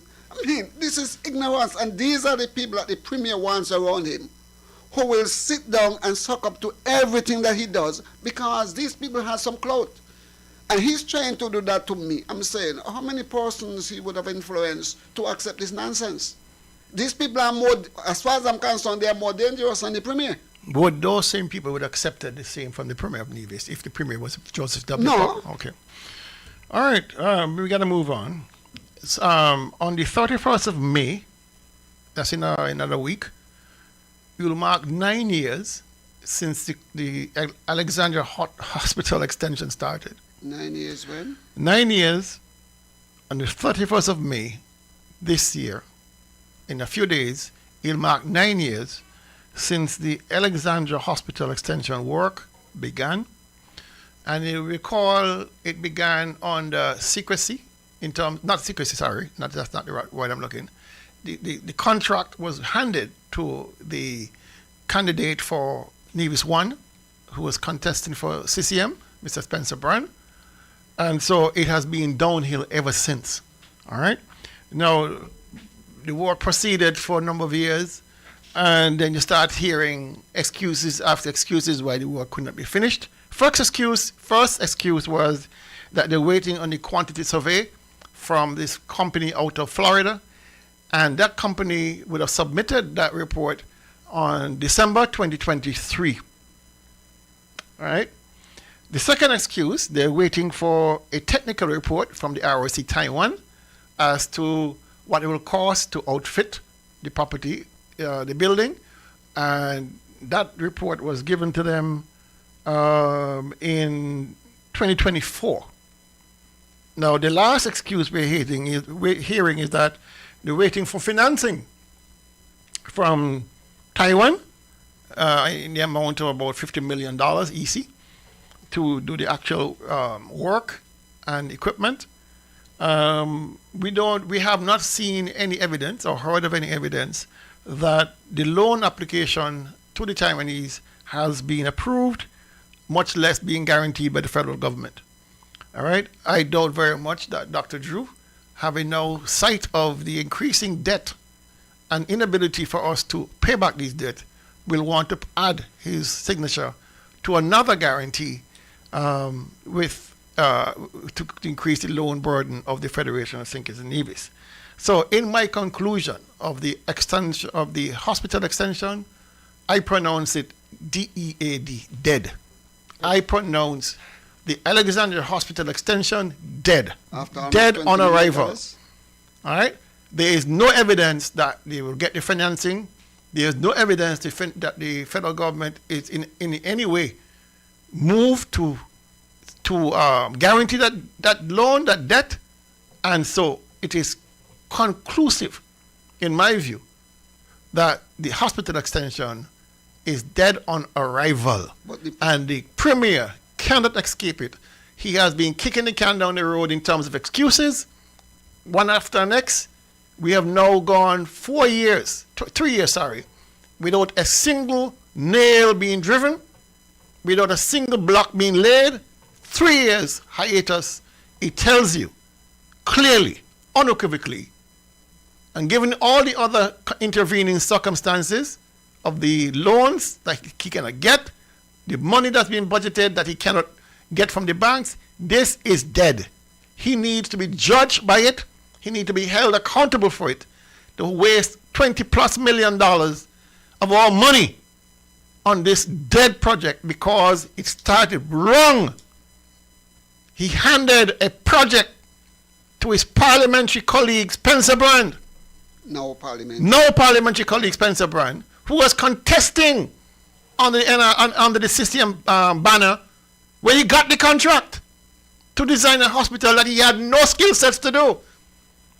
This is criminal behavior. Absolutely, certainly. This is criminal behavior. This is insider trading. This is fraud perpetrated on the people of Nevis. And we must regard it as fraud. And the money Spencer Brand got paid, people are saying between 1.9 and 2.4 million, should be returned and must be returned to the people of Nevis. Because it's our money that was fraudulently taken from us.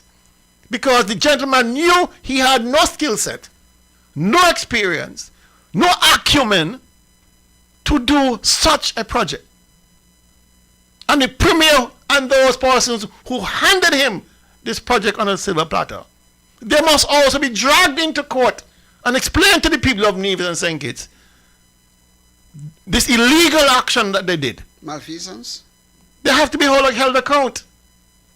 But Dr. Dilip, the Premier has not moved on from Taiwan, and he is now touting that he is now in negotiations with some people out of India to come back and to outfit and to continue this hospital. With what money?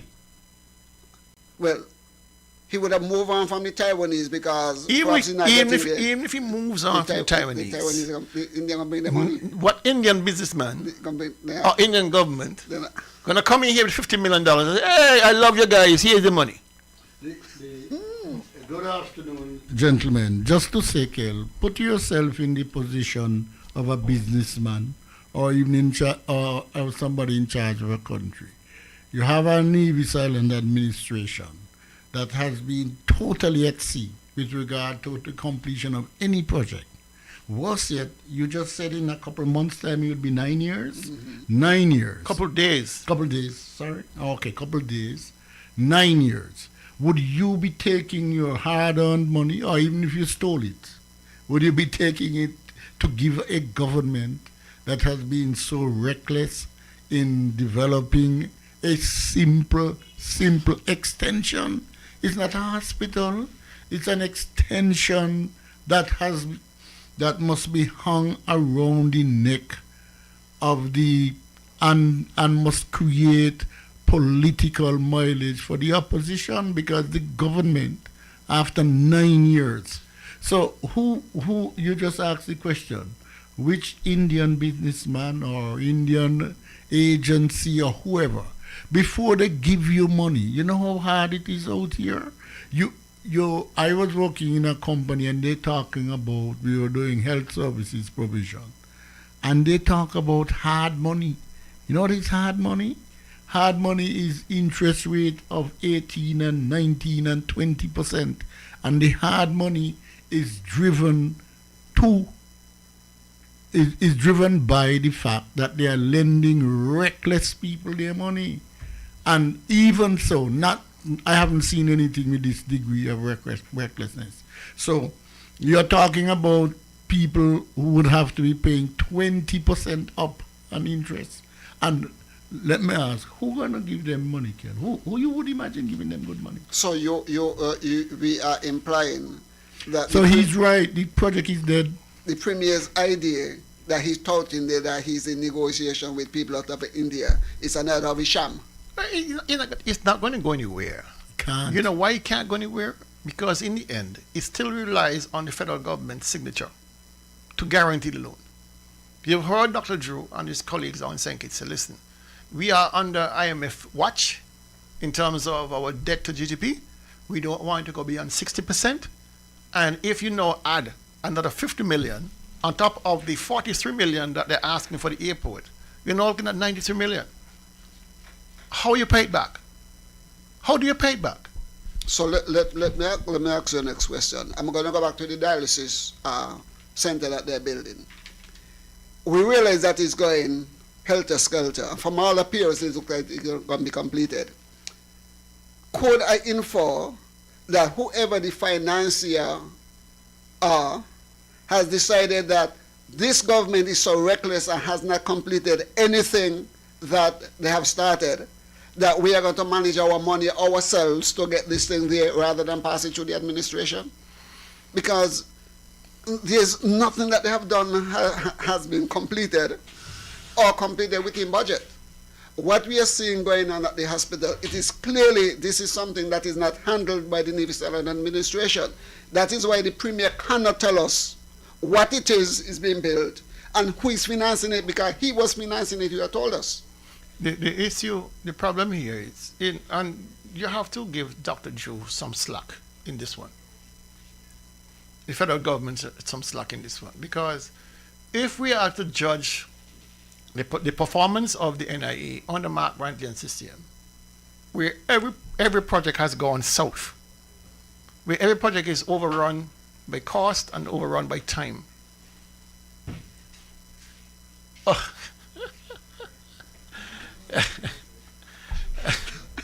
What a wonderful gesture. What a wonderful gesture. Thank you. Thank you, sir. We were just we are the beneficiaries of some wonderful chia pudding. What's it called? Chia pudding. Chia chia pudding. Chia pudding. Oh, chia pudding. Yeah, it's made with chia seeds, oats, and yogurt, granola, and fruits. And wonderful, Mr. Pemberton.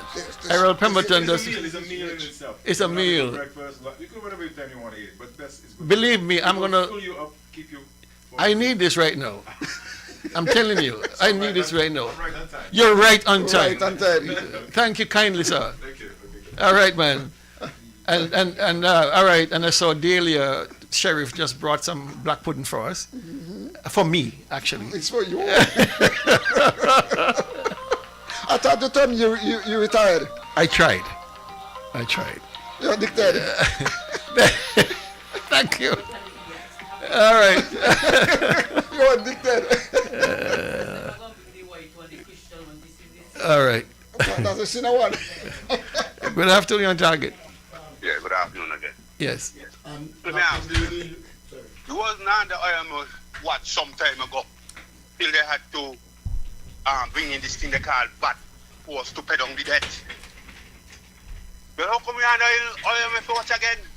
Well, I might have been a little bit hyperbolic. I don't think we under the watch to say we are being watched. Yeah. We are being watched rather than being because it's two different things. Under the watches, you have a program. Yes. But we have been advised by the IMF, don't go beyond 60%. But a lot of money where they sell our passport with. Well, what happened to the money then? I don't know. We still have the question there, you know, the lot of money, the billions of dollars. What do they do with the money there? I say to our people again, we need to hold these criminals responsible for our assets. But we sit down and wait for? We can wait till they send us to hell. Good afternoon. Dr. Daly, there is a presentation I saw your it. finest food. Yes, I saw it. It is for you, sir. Thank you very much. The lady indicated to me that it is custom made for you and that I have no history of eating it, so none for me, sir. Okay. So you have gotten an additional bit of things here, sir. I need the sustenance, believe me. Oh, I see. And it is hot and just like it just come off the tea. Okay, wonderful. Lord, you are well provided for, sir. I am. I'm loving this cheer pudding that Errol has bought. It's beautiful. It's lovely. So, Kel, I just want to make a point in relation to what the caller was talking about, the IMF. One of the things which the governments in the Caribbean and our own government must do is this. Kel, nobody has to tell us. We look like we are mismanaging the country in Nevis so that the IMF could tell us. We don't need the IMF to tell us that if the dance can't pay for the light, you don't keep the dance. Or if you have $1,000 to spend, you get the best value for money. And when you take up $19 million and spend it on a hospital extension and expect the federal government to guarantee you money so that you could go get to farm food again? No. Nowadays, these institutions look at your record, whether it's the IMF or any lending institution. So we're not doing ourselves any favor. And so to move, Kel, from they're watching you. If they're watching you, function properly. Because if you get under the watch, you're in trouble. No government in the Caribbean that has had the IMF has shown any improvement. Let's go. Good afternoon, on target. Good afternoon. Where you borrowing money from IMF now? No. Why they in this? Are you borrowing from them? If we borrowing from a man, you could come in and say, why you must spend? If me not borrowing the money from nobody in the world could tell me what to spend. I spend what I want, and I spend what I got. No say go? That's how it goes. They got to be like they're borrowing money now, you know? Everything these politicians do, you know, think it means. We supposed to know. Okay. Not no when election occurs and that's all. No say supposed to go. No say supposed to go. No say supposed to go. All our people are talking about that he knocking me a man on jam down. We supposed to know everything that they're going to do, not after. Why is something wrong with these people who have put in office for them? All right. Thank you, sir. I agree with that caller, Dr. Daly. And this goes back to what the Premier would have said to us at the Anglican Church Hall when we were asking about destiny. And he made it abundantly clear to us that after we voted, our voice ceased. And so therefore he is elected, and so he can do whatever he wants in his administration. And we as a citizenry, the people of Nevis, has not pushed back against that and said to the Premier, you're wrong. We must know what's going on. That's why he will not tell us what's going on at the hospital, because he feels he do not have to tell us anything until he's ready. Good afternoon, on target. Yeah, good afternoon again. We sit down and we play with the little puppy. They start lick our mouth now. And now you're trying to slap him off and licking our mouth. We can't get him slap off. But we say to the people in this country again, you know, we better take him serious. I said it some time ago. If we ain't take him serious, he's going to pack us into a container. A 40-foot container and ship us off to China. Good afternoon. Thank you kindly. All right. So hold on, let me turn on your mic. And you got food in your mouth. Finish eating. I want to ask, put yourself in the place of a financier. This government comes to you. No. I'm just saying, they come to you for money, which they waste already. What will you tell them? Well, we've been there. We just prosecuted that point already. No, I don't want to rehash and waste time. We're prosecuting cases we have said. How is the pudding? Very good. Yeah. Very good. Very nutritious. Okay, good. Very nutritious. Tolo, you haven't tasted yours yet? Not yet. All right. I see Danny is licking through his like he's starving. I have television etiquette. Somebody watching me. Yeah, I mean, Danny's digging in like he's starving, boy. Yeah, I'm hungry. Yeah, but take your time, man. No, it's okay. It's okay. You eat whenever you want. Listen, it's encouraging to eat, right? Yeah. Enjoy yourself. You eat whenever you want, man. No, I've been up. You've been up since early, right? Since 4:30. I've been up since 6, and this is my 4th activity. So it's time to eat. It's 10 minutes to 3. All right. All right. So Gigi is asking you to eat less quiet, less noisily. Okay, Gigi. As soon as I'm less hungry, I eat less noisy. Okay, Gigi, I hear you. I get involved. No, I mean it's a comment, and we have to respect the comment. The comments. Sorry, Gigi. All right. So if you want to lap it up, we can. No, I'm good. Okay. All right. Moving on. The poultry processing plant is back up again. It started reconstruction. It started back in rebuilding. And I remind you, it's a US $1.6 million total project that includes the equipment that was purchased 3 years ago and the building now. So it should be coming out about $4.3 million in total. Same contractor? Same contractor. The work, like I said, the work has resumed. My prediction that it will stop again and again and again, because there seems to be an issue with cash flow.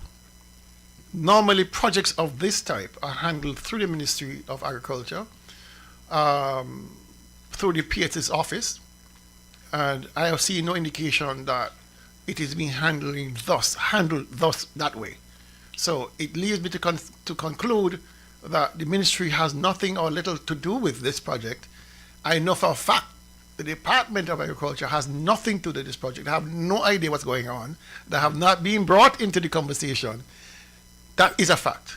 As to what who is orchestrating the project, I have no clue where the money is coming from, how it's being dispensed, how it's being disbursed. I have no idea. All right. If somebody knows, they can let me know. But I don't know. Ministry of Agriculture has nothing to do with this.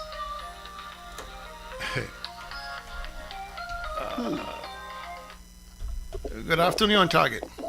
Good afternoon. Yes.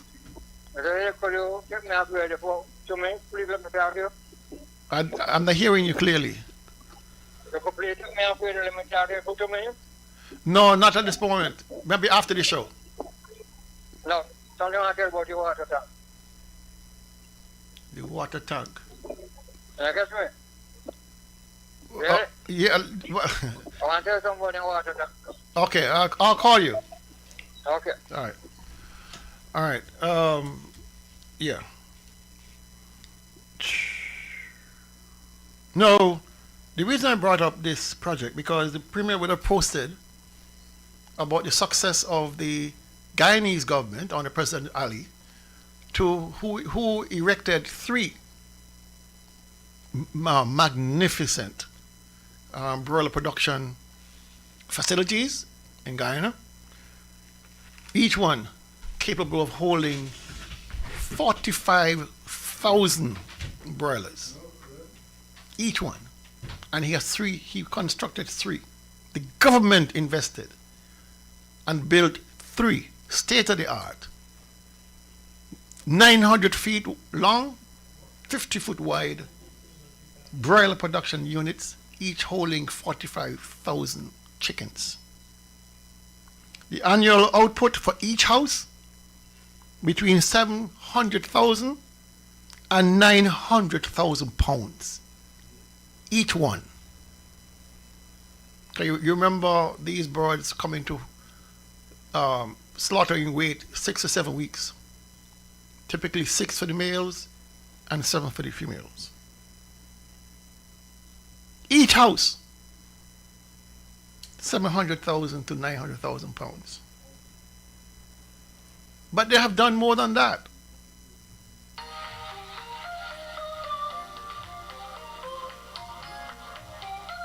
Let's take this call. Good afternoon, on target. Hello? Good afternoon, on target. Good afternoon, sir. Listen, do you know how much bed the first dialysis building was supposed to hold? I heard it was 6. Oh, the first one was 6. I ain't talking about the present one. The one that was brought in by NRP? The building, the whole building, how much bed it was supposed to be? I heard it was 6. 6 bed, okay, 6, so 6. Both tell me 6. I'm confused. Which one are you talking about? Both of the dialysis building is 6. The one, you mean the old extension? The extension that's now stalled? Yeah. They never indicated how many beds, how many chairs or units were to be incorporated. We were just told there will be a center there. But we know for a fact in this one here it'll be 6. Okay. Well, I understand that. Makes sense. But nobody, I guess you only had 2 machines, it would have been 2. It was 2 more than 0.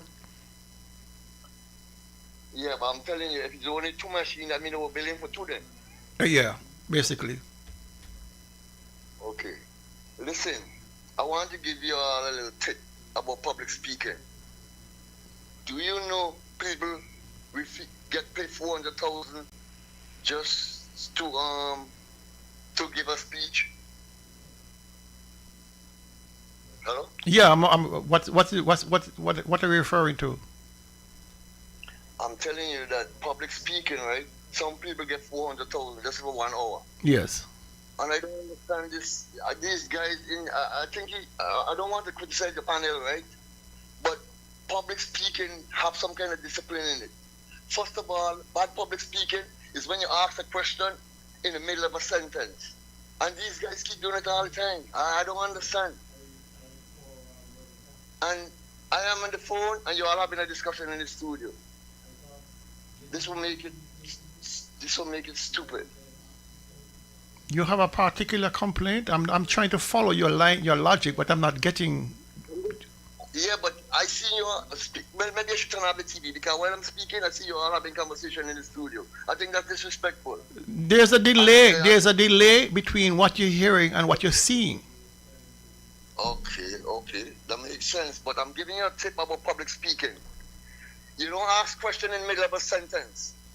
And then you ask a question, you wait for a response. You don't carry on, and end up into something what's not relevant. Thank you, caller. Thank you very much for your suggestions. But I really don't have to be lectured about public speaking at this point in time. We just don't have the time for it today. All right? Thank you very much. Anyhow, we're moving on. Yes, the hospital. The broiler unit.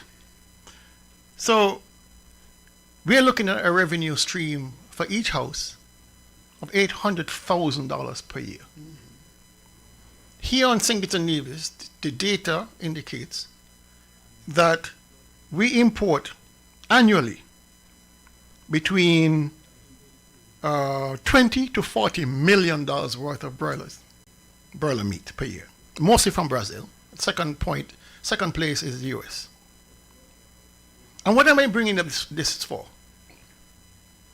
Because if the government was to take the time to go through and see what it takes to create a proper broiler industry, they will see that the returns are worth it. We eat chicken here on Nevis and St. Kitts 5-6 days a week, sometimes 7 days a week. It's the cheapest meat source there is in our diet. Several times a day.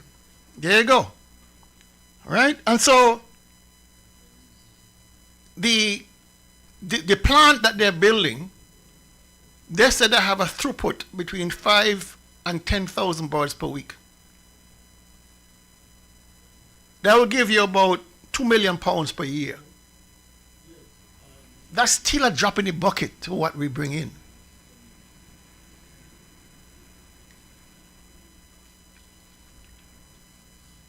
In Barbados, I saw a recent article that spoke to a new contract grower agreement between some producers and some farmers. Some farmers and some investors. A new contract where you as a farmer, all you have to do is grow the birds. That's all. You have your pen, you build your pen, you bring the company brings the birds, they bring the feed, they bring the vet, you bring the vet services, you just grow the birds. All to take care of them? That's all you got to do, take care of the birds. And you get paid. And we were saying a long time here in Nevis, that's one of the programs that we anticipated would make more sense because you bring in more people into the mix. A retired teacher, a policeman, a church group. They can have a small production facility where we supply the birds, supply the technology, everything like that, and you simply get a paycheck at the end of the period. We have seen no evidence that the government has a plan of action beyond the processing plant. So they're going to wait to build a processing plant, and then what? You start talking about pens, you start talking about feed manufacturing, you start talking about hatchery. What do? This is a comprehensive, and it needs to be a comprehensive program, where each piece is interlocked with the other piece. This disjointed approach is going to end in failure and disappointment. And there's a lot of money in the system to be made because all of this money, 20 to 40 million that we're sending out the country every year, could be better used to develop further the industry and develop and empower farmers here on Nevis and St. Kitts.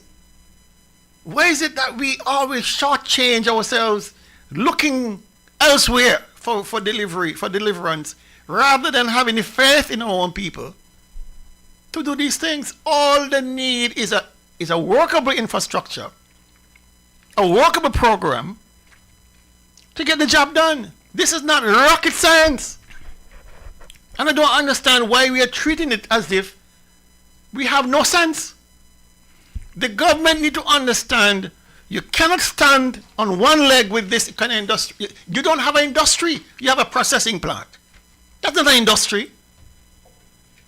So what are you going to do for replacement chicks? What are you going to do for replacement eggs? What are you going to do for feed? What are you going to do for marketing? I mean, you have to have a vertically integrated program with each part contributing their own services. Why is it we accepting this mediocrity from the government and this useless Minister of Agriculture and an equally useless Premier who doesn't know anything about agriculture, and they put the laziest man to run agriculture because he was what? He was once the communications officer in the Ministry of Agriculture. That is our standard. That is where we have sunk. Let me ask something, Carlo. Who is funding the project? Which one? It's a joint project between the Taiwanese, who have put in, I think it was just about under 500,000 US, and the NIA. I listened to your pain as you describe what's taking place here, Doc. But we must understand that this administration clearly does not have a clue as to what they're doing. If they knew what they were doing, in the first place, the Premier would not have gone 3 years ago to buy machines, he says, for a processing plant that he had no design for. He had no contract. He had nothing to build. In his mind, we are going to build a processing industry in Nevis, according to him, because we are consuming a lot of chicken. And the first thing he could have thought about, rather than thinking about all the things that you outlined here. He went 3 years ago and buy machines and then store them in the warehouse. So that tells you clearly that the Premier and all those in his cabinet has absolutely no clue as to what needs to be done to build out this industry. The problem I have is that we don't know the conditions under which these machines are being stored. So who knows? They might be useless. By the time you get ready to install them, you may need to replace them. When you have machines that are built, purpose-built, like these kind of equipment are, it have a lot of moving parts and seals and all that stuff. It's something that requires usage. Just like how you get a toilet in your house, you go away for a year, come back. Your flapper might be... It's changing. You need changing. Right? So we are really playing Russian roulette where we don't properly sequence these events to make sure they coincide at a single point. Let's take this call. Good afternoon, on target. Yeah, good afternoon again. Remember, you had a movie industry, you know? Wait there. You had a trucking industry. Wait there. Now you ain't got a poultry industry. We ain't soon after that there too. Good afternoon. Good point. Thank you, caller. Fellas, we're going to move on. You would have seen, many of you would have seen a documentary that myself and Carlisle Powell would have done regarding the Rest Haven property. And persons were saying, you know, they appreciate the time taken to inform the divisions about it. But they wanted, in addition to the documentary, they wanted a summary of what this whole thing was about, because it was a lot to take in. I mean, it was about 20 minutes of video and information and facts and figures. And so I do appreciate that. So I've decided today to just interject a small summary into what the key points are regarding the Nisbett property. All right? Now, first off, the NRP would have acquired the property in 2007. 2007, 1 year before the worldwide crisis, the economic crisis, hit. And the idea was to buy it, to acquire it, pay for it, and hold it in trust to the people of Nevis until a suitable development idea could have been fortified and brought to the people of Nevis. So that was the general thinking. That happened in 2007, 1 year into NRP's government with Joseph W. Parry. At the time, the property had two evaluations, one done by the owners of the property and the one done by the NRP government in power at the time. The one done by the property owners was done by a gentleman by the name of Steele Douglas, and that came in just under 5 million EC. And the one done by Hastings Daniel came in just about 3 million EC. Okay? So if you do the average valuation, it's about $4 million.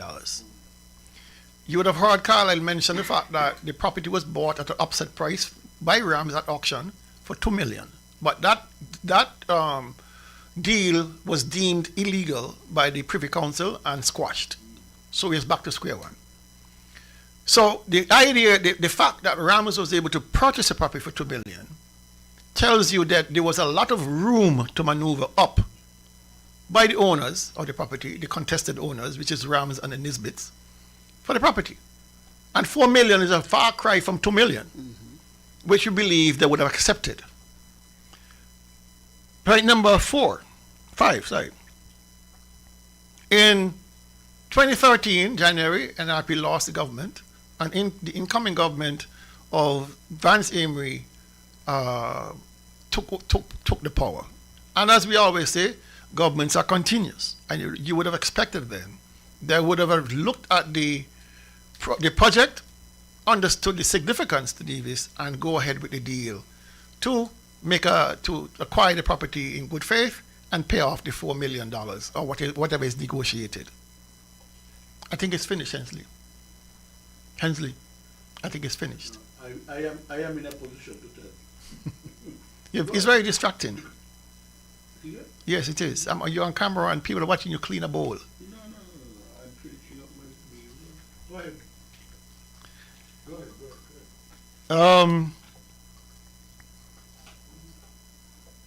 In 2013, having campaigned vociferously that NRP was paying too much for the property, Mark Brantley and CCM assembled a tribunal, and that tribunal came back with a valuation of 17 million EC dollars. Remember again that the Steele Douglas price was 5 million, the Hastings Daniel price was 3 million. If you were to do an average of 5 and 3, you get 4.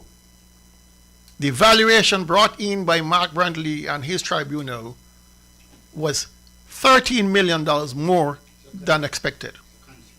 $13 million higher. It gets worse. The court settlement not only included the $17 million, but 6% interest per annum, which calculated out at $1 million extra for each year that the deal was not settled. The court would have ruled finally that the total payment owed to Rams and to the Nisbets was a sum of $25.48 million, or basically $25.5 million. That is $21.5 million more than we should have paid back in 2013.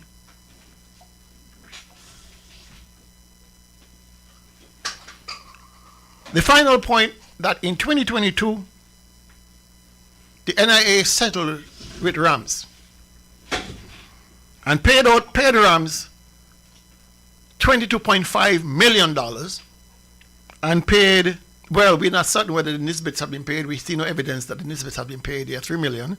But Rams would have been paid out, according to the audit report, the sum of $22.5 million. It means, by subtraction, that the taxpayers of Nevis paid $21.5 million more for a property that was valued on average at $4 million than they should have paid. But to cover his tail, as he normally does, his last line of attack was it was NRP's fault, because there was no clear plan as to what the NRP intended to or what they planned to do with the property. Something that contradicted everything he said in each of his budget addresses since 2017, where he indicated in no uncertain terms that he knew exactly the intentions of that property. What was intention? Because he spoke about a boardwalk, he spoke about high-end gift shops, he spoke about a boutique hotel, he spoke about a lot of things. So he knew. But he allowed the project to fester for 10 years. Cost the people of Nevis $21.5 million more than the property was valued for in 2013. And this guy is the Premier of Nevis. This gentleman is the Premier of Nevis. Isn't it a conspiracy? Isn't it a conspiracy? I find that it is.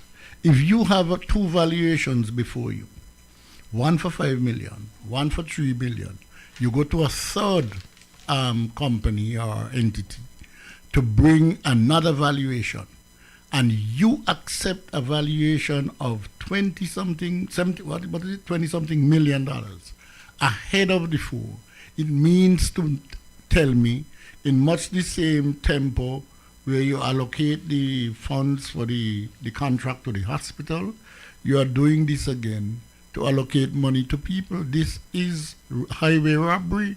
So the government can't give somebody a contract to can't approve $25 million instead of 5. No. And you have 3 and 5 and you approve 25. So Ramsey's laughing to the bank, and you do not know, you say, if the Nisbett family was paid anything. There is no record as to whether they were paid. And so here we are. The Nevis people are not supposed to matter in the scheme of things. The money came from them. You can't have a valuation that is $20 million ahead of the highest value. $20 million more? And what? You pay the money and this is a done deal. The public, nobody challenges. That is true. But the solution is at the polling station. And this has been going on for some time. Which company, which private company or which entity would pay out 5 times the value and there are no consequences? Where is that possible? Only in Nevis. What I find very, very disturbing is that the CCM administration would have found a valuation of between $3 to $5 million was grossly too much, because they were saying it was the property was overvalued, and they found that some crookedness went on between there for $5 million. And then they turn around and accept a valuation for $17 million. It says to me that these people fully are persuaded that the people of St. Kitts and Nevis are stupid. They are saying to us that $17 million is less than 5. Okay? That's what you're saying. Because if you're saying to me 5 is too much, and you accept, and this side the period 17 million, that means 5 has to be more than 17. But the people, well, they hid it from the people of Nevis, right? Because we only find out because it was in the audit report. Okay? And so they made sure that they told the people of Nevis nothing about it. Had the people of Nevis known, would they have re-elected them to office? Well, now they know. Let's see what happens. Good afternoon, on target. Good afternoon. Not in English, badly could do them things there. Not in St. Kitts, only in Nevis, and Nevis people accept it. And got him as a king of thieving Nevis people. That's what they got him as a king, to thieve Nevis people. Not work for them, keep them with the eye open. You know, they say you had prayer, you shut your eye, but he opened the eye and thieve Nevis people every day. And Nevis people accept it. All right. Thank you kindly. Yeah, I mean, there's something to be said about a society which knows this. You have produced a video, you have done a summary, and there's something to be said about a society that continues to vote. Our people, not just the society, specific people who have no difficulty with it and would go to the polls regardless. For the life of me, we've been in government, you see valuations all the time. You come together as a cabinet and say, boy, no, this one can't work. What about that? Let's hear something else. Let's hear the reasoning behind. What possibly could be the reason to move from 5 to $17 million? It wasn't up to them. It wasn't up to the government. You must understand, your brother sat right next to me here, next to Carlisle, and said, the higher the valuation, the more the payout to the evaluators and the judge. And so it could have been very well deliberate. Conspiracy, I said. Because, if the judge is getting 2% of 4 million versus 2% of 17 million, it's a big difference. Okay. And of course, the surveyor will have gotten the law firm. I don't know who the law firm was. But that's what I said at the beginning, Kel, that this is a conspiracy. Because if it is that the judge gets a bigger, if it is that is what you're saying, well, it's in the interest of these people to make sure that the thing's big. But you see, this thing though is this. Even before this matter was settled in court, the tribunal was seated. The tribunal was hand-selected by Mark Brantley and Vance Emery. All right? So they would have had to, of course, be impaneled and their evaluations put forward, and credibly so. How that circle was squared, where you've gone from abandoned property, where the buildings of no consequence, no use. You're simply now looking at land, and gone from 4 million to 17 is beyond me. That to me should have been case for dismissal of the panel right away. Yeah. Why was it accepted? You had 2 previous evaluations, because all you're doing basically is selling the land. The land was valued recently for about $3.5 million EC. Recently. Since all that payout. Yes. And we pay 20-something million. The land was recently because somebody wanted to buy it. I can't say who. But the valuation of the land was about 3.5 million on the very, very high end. It's not a big piece of land, you know. It's about an acre. So you have to now pay massively to break those structures down, cart them off at your expense. Those buildings are not worth $17 million or $10 million. They're not worth anything. No. It's a cost to you as a developer. So why the question that Mark Brantley need to answer is why did he accept 17 million. The 17 million evaluation over 4 or 5. Over 4 or 5 or 3. Why did that happen? I don't think we have ever asked that question before. We simply have accepted it, that this is what happened. But to the point, you had something to work with. You could have brought in another surveyor. Another view. And say, listen, boy, the tribunal thing there is a bit off. I want a proper valuation because those buildings ain't worth nothing. But you said... So why did you accept it? But Kelly, you said the tribunal was selected by the government. It was. Oh, well, all right. So the tribunal was set up in a way to sanitize the process, to give the impression that it is valuable and that it was authentic. It cannot be anything near rational. But hence, along the same line, the judge who was looking over the property, looking over the judgment, having seen 3 evaluations come into his desk. How could he do that? No. I would have, if I was a judge, my radar would have been through the roof. Through the roof. If you are honest. Okay. If you're an honest broker, you would have done that. Because you are saying to me, which I find troubling, that the man who is going to preside over this is going to get 2%. So the more he has to preside over, the more he's going to make. Something has to be corrupt, this or so. I am not doubting any of that. I'm just saying I have no evidence of that. What we should be focusing on is why did the government accept such evaluation? Such huge And the problem here is when you would have said that 5 or 3 is too much. No, but Kel... How do you get there? No, but Kel says also that the judge, the panel was constituted or put together by the government. So the panel believes that it's in our interest. But the thing about it, even if the panel came back, it's for the government to accept it. Yeah, the government can't accept that, man, Lord. But you cannot accept from 5 to 17 over 5 because you said 5 is too much. So you cannot accept anything over 5 because 5 is too much.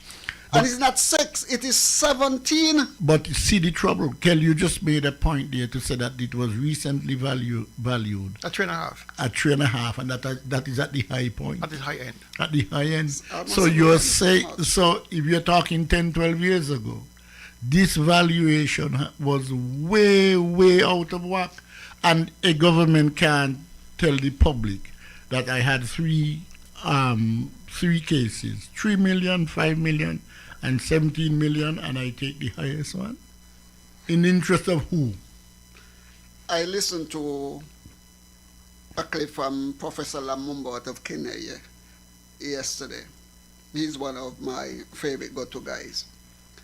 And in the past, he said, I would have said that Africa's politicians are thieves. And I heard him say that. He said, now I have come to understand that they are more than thieves. They are crooks and looters. These people has been using crookedness to enrich themselves at the expense of the people. It is clear out of this deal that this was a crooked deal, and this was a looting deal where the CCM administration stole from the people of Nevis based on their own argument. $5 million was too much. So we do the valuation to get it less. And the less is $17 daily. 17 million. 17 million. Let's take this call. It's crazy. Good afternoon, Target. Good afternoon again. Even the foolish man on the streets know that it's a deal. We know that, and we know what they're going to do. And we say again this afternoon, that's why I call again. I tell for we to stop them. Stop them from this cooking and thiefing-ness. Because we see and we hear what they're going to do. Good afternoon. Thank you. We have, gentlemen, one tape. There's some, I can't go through everything, believe me. There's too much left on the plate, but I wanted to play this tape for you from Wednesday's show. Me carry on bill to the federal parliament for MP Brand for get some kind of help for the one hotel over there, the same place where Destiny is supposed to be. You remember about the bill there? No, I never took any bill to anywhere for MP Brand, so that is not accurate. So what Prime Minister Harris may talk about and say that the only thing you ever bring to the cabinet or to the cabinet are the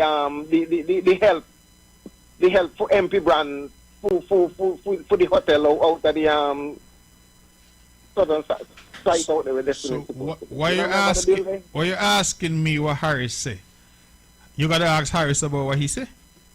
Okay, well, let me ask one question then. Yes. MP Brand is supposed to do a hotel over there. You know about that? Yes, I'm aware that he had a project. I don't know if it was a hotel, but it was a project that he was supposed to be doing on lands that he owned in the area, yes. Right. Me learn now that MP Brand selling land over there. Something goes on? I don't know. I'm not MP Brand's lawyer. If MP Brand has sold his land, that's a matter for him. He's a public official. He will have to say that to you. Boy, I mean, I hear boy. But I don't understand. What you really asking me? I'm not the landowner. I am not MP Brand's lawyer. I don't have any knowledge of MP Brand's personal business. If you want to ask that question, ask him. He's on radio. Okay, let me ask you one more question. One more question. There a press conference.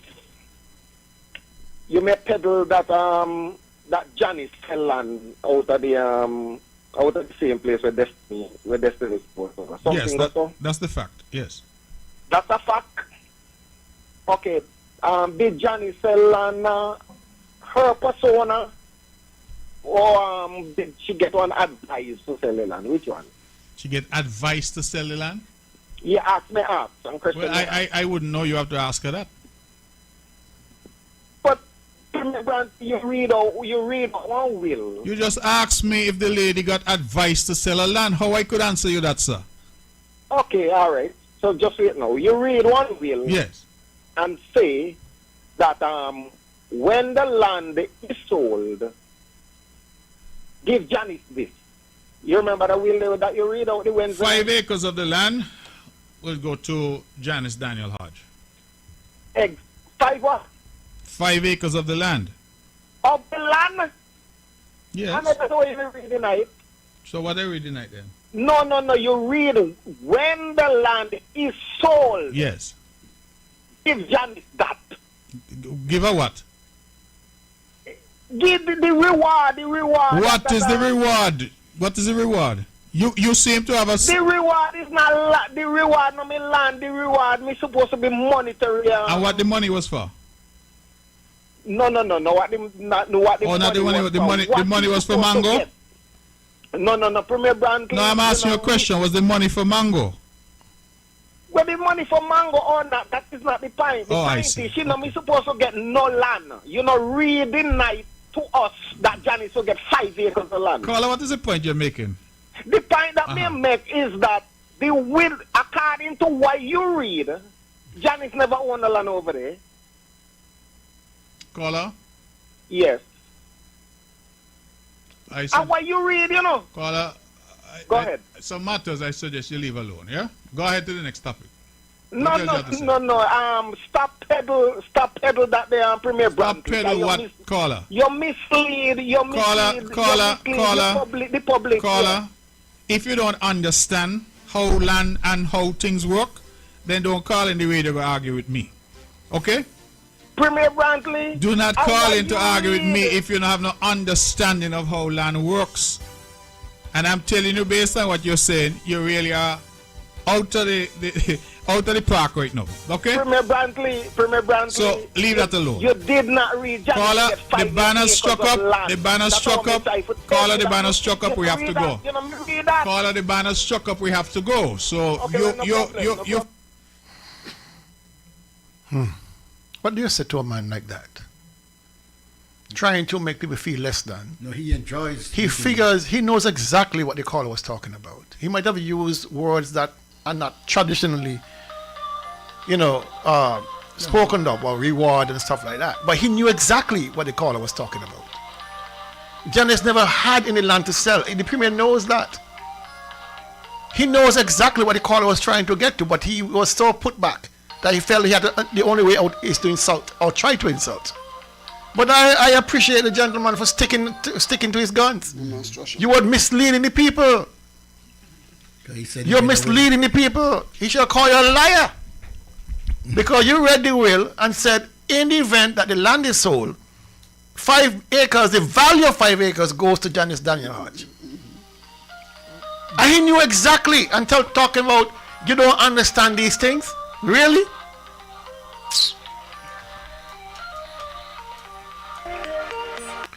Good afternoon, Target. Nobody go call him no liar. He know he's a liar. So not a soul go call him so. But you see how he able to debate both Janice and land? Well, how come he couldn't debate both Brand and land? Mm-hmm. Huh? Mm-hmm. Of course. That cockroachy. Good afternoon. Yeah, I mean, it is so sad that you're going to come to a public and say you don't know nothing about MP Brand and his land. Mm-hmm. When you signed a document, Mr. Premier, you signed the development agreement, sent it down to Dr. Drew, with all of the attending evidence of land ownership transferred to Destiny, including the 5 acres owned by Spencer Brand. So you didn't read that part? You signed it. You signed it because that part was very, very important. To say to the Prime Minister, Destiny has X amount of land, and here is the tabulation, here are the owners, here are the agreements. You knew that Spencer Brand sold his land for $2.3 million. You knew that. Because you signed the document. We didn't say Spencer Brand stole anything. We said you signed a document and sent it to the Prime Minister detailing all of the land transfers to Destiny, including the 5 acres on Spencer Brand. And you can come in and broadcast and say to the people of St. Kitts and Nevis, and of course those in the diaspora, that you ain't know nothing about the land from Spencer. Go ask Spencer. The man is asking you as the Premier, as Spencer's boss, as the man who is the PRO for Destiny, the man who has been pushing harder than Destiny itself to get Destiny and Nevis. And you going to tell us you don't know anything about it? How insulting is that? No, how insulting is that? Bro, he enjoys that. Let's take this last call. I got to get home. Yeah, I'm going to teach a class. And I have to read my... Good afternoon, on target. Good afternoon. This is Livingstone Williams, a.k.a. Stoneman. Yes, sir. This is the same thing the Premier has tried to say to me. He knows nothing about Spencer. He doesn't know what he said when he definitely knew what he said. And more to it, they are such a set of liars, it is unbelievable. Because information came to my desk that they've only got about 30% of the land. 30%. And they're trying to make out that they're just away from going ahead. These people are some scoundrels and some barefaced liars, and they should be sued for fraud of the highest degree. Have a good afternoon. Thank you, sir. I agree. They should be sued. They should be sued. This kind of attack on the sensibilities of people, when the facts are there, it's really an attack on our sensibility, on our basic principles. When you have an individual whose conscience is dead. Without conscience. Okay, conscience is dead. You'll get all of these things that we are getting. I have one question that I will put out there. The gentleman know everything about what Johnny says and what Johnny sold and how he got it. I will love him to tell me how did he get 100% of Daniel Brantley and Associate. He knows everybody else's business. Tell us about that one there. Good afternoon. You're the last call. I'm not taking any more calls after this, so make it good. Well, watch out. All I go say again this afternoon, we need these people. Let us get up and rally together and get rid of this nigger man. Good afternoon. Thank you. And that signals our last call for today. So please, no more calls. We are finished for today. There were some other things I wanted to cover, but we're waiting next week to do that. But Kel, you know, between now and next week, you're going to get another pot full of things. Well, we'll have to take the chance. We have to take the chance. Kel, before you close, permit me to ask you a question. Because, well, it could go to Hensley too. You guys are way wiser than I am. You have a child, you're doing a business. You have a child that you send to university to study the very same business that you're involved in. Would you, in your right mind, give away that entire business to somebody else when you know that you send your child to study the very same business?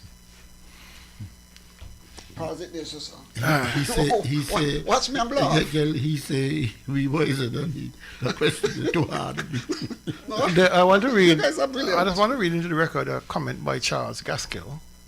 And he says, when I asked the Premier about Brand's land, I mentioned that he would know the details since all contracts were attached with the development agreement.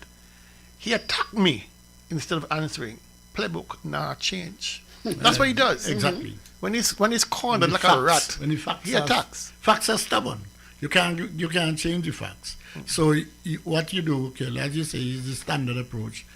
If you confront him with the facts, it start to cost you. It will start to cost your mother and cost everybody you know. I mean, where we are now is at a gutter level in terms of government. So you don't expect anything better. All right. Thank you, Hensley. Right. I know you're off to a class at 4. Yes. So we thank you for coming in and sharing your perspective with us. We'll see you guys next week. Same time, same station? Lord's willing. And in the meantime, you have your... Yes. I'll make sure I walk with it. I don't know if Tulu indulges, but if you want, so I can share with him. I had the breakfast this morning. You know. And how was it? I went to the breakfast. I didn't see you there. But I was on the road delivering. Yeah, I got Charles, so normally accommodate me well. They give me a little bit of everything. So I got liver and saltfish. Okay, but you're special. Yeah, I got liver and saltfish. It's a special guy. It's a special. I got liver and saltfish, and I got different little things. But you to look after. You see, when you have class, you'll get class. You'll get class. Right? I didn't even get that. You didn't get to taste it? No, the thing was sold out. I went on the road to make the leaves, but by the time I came back, it was sold out. Actually, at 7, I was there at 10 minutes after 7, and they said The Johnny cakes were gone, and they were waiting for a new set of Johnny cakes. Yeah. The sauce came in, and oh my goodness. That went. The sauce came in and the line filled up. Fellas would say, put in some more sauce, put in some more. I mean, it was good. I hope that everything went well. You did. That you sold out. Yes, we sold out by 8 o'clock. Yeah, $20 breakfast is a cheap breakfast. Yeah. All the things I get there for $20. All right, Anyone folks. next week? Have fun teaching. All right. Yeah. Yeah, folks. So, yeah, there were some of the things we wanted to cover, but since time has eluded us, we are going to break for that. And there's Tulu wants to give you another 5 minutes. So it's time. I want to eat.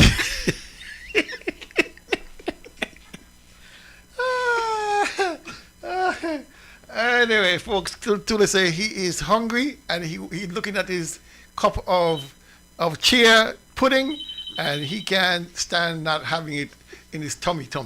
And so let's take this last call. I hope it's something very, very important because good afternoon.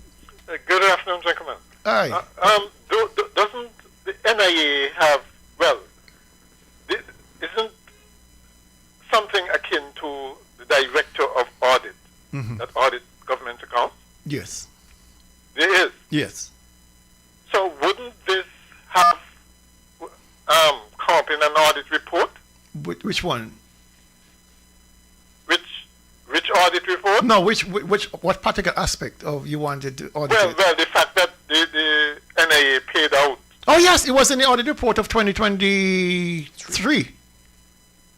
And what was the pronouncement then? That the government had spent $25.5 or $25.48 million to settle the debt with the court. Yes, but the auditor said that it was questionable. No, it was just presenting the facts. It was just presenting the facts. What I think they admonished the premier for not disclosing it in his budget addresses that preceded that the budget the audit report, because you remember the money was paid in 2022, right? And this audit would have captured the payment that the 2023 it was paid. So we didn't have any. If the audit report did not come out, we would have never known. So he never discussed it in Parliament. So how come it's only now that it's a big thing?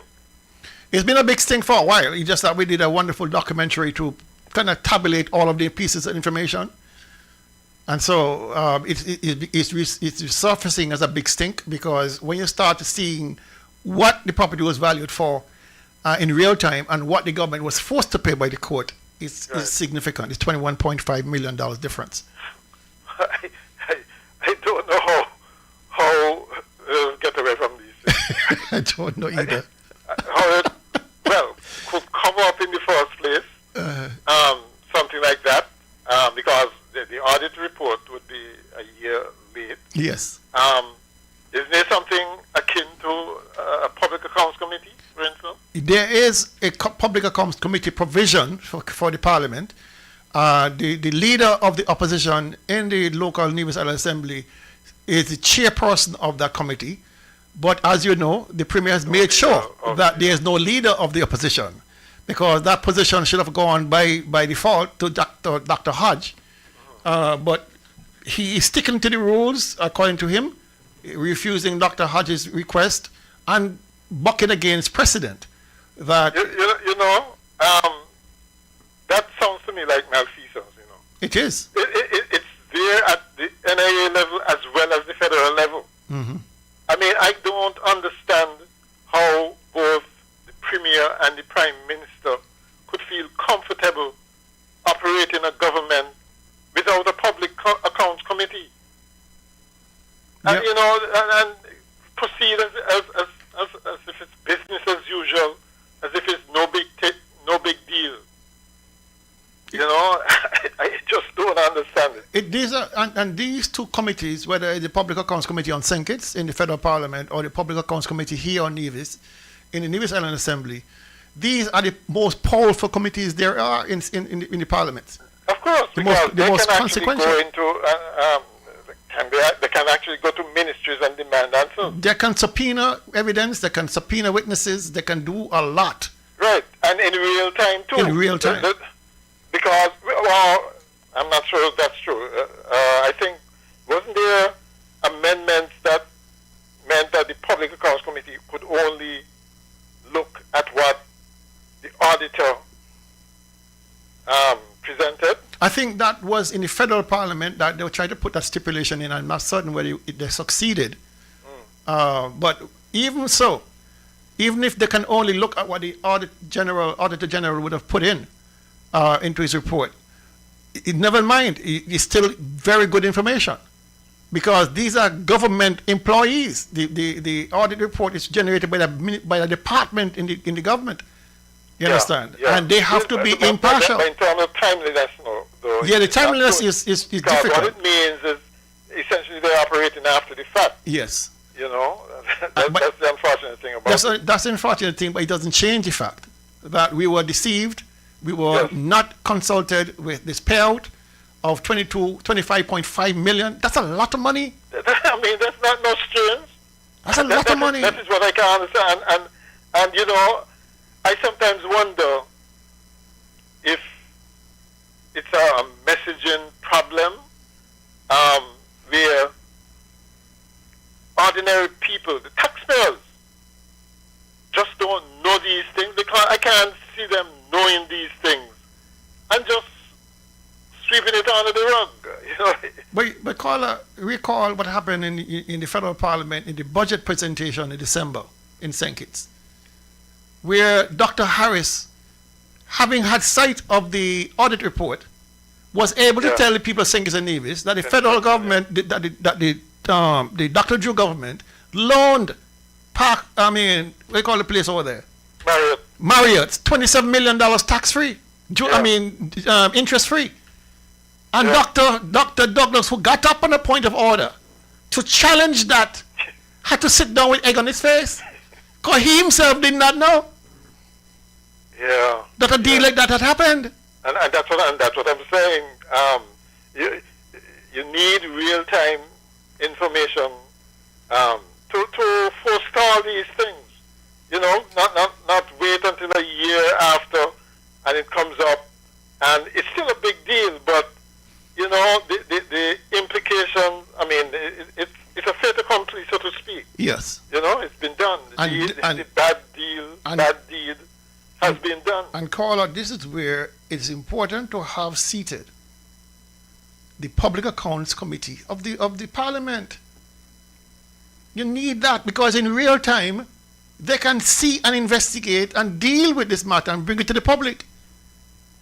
But without that, you have to wait for a whole year for the audit report. By then, like I said, all of this steam has come out of it. Right? Yeah.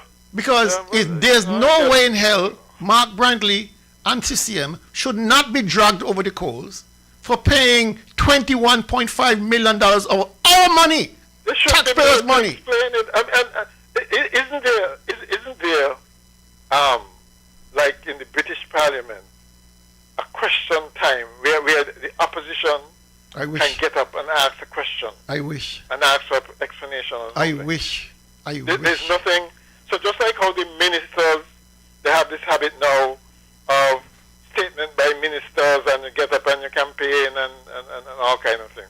There isn't something that the opposition have that can actually put the question to the government side. The only time you get the opposition and the government in the same place is when you have a parliamentary bill to debate. Whether it's an actual bill or resolution, there is no avenue for this kind of discourse you're describing that I know. And the speaker can tell you that is not on the order.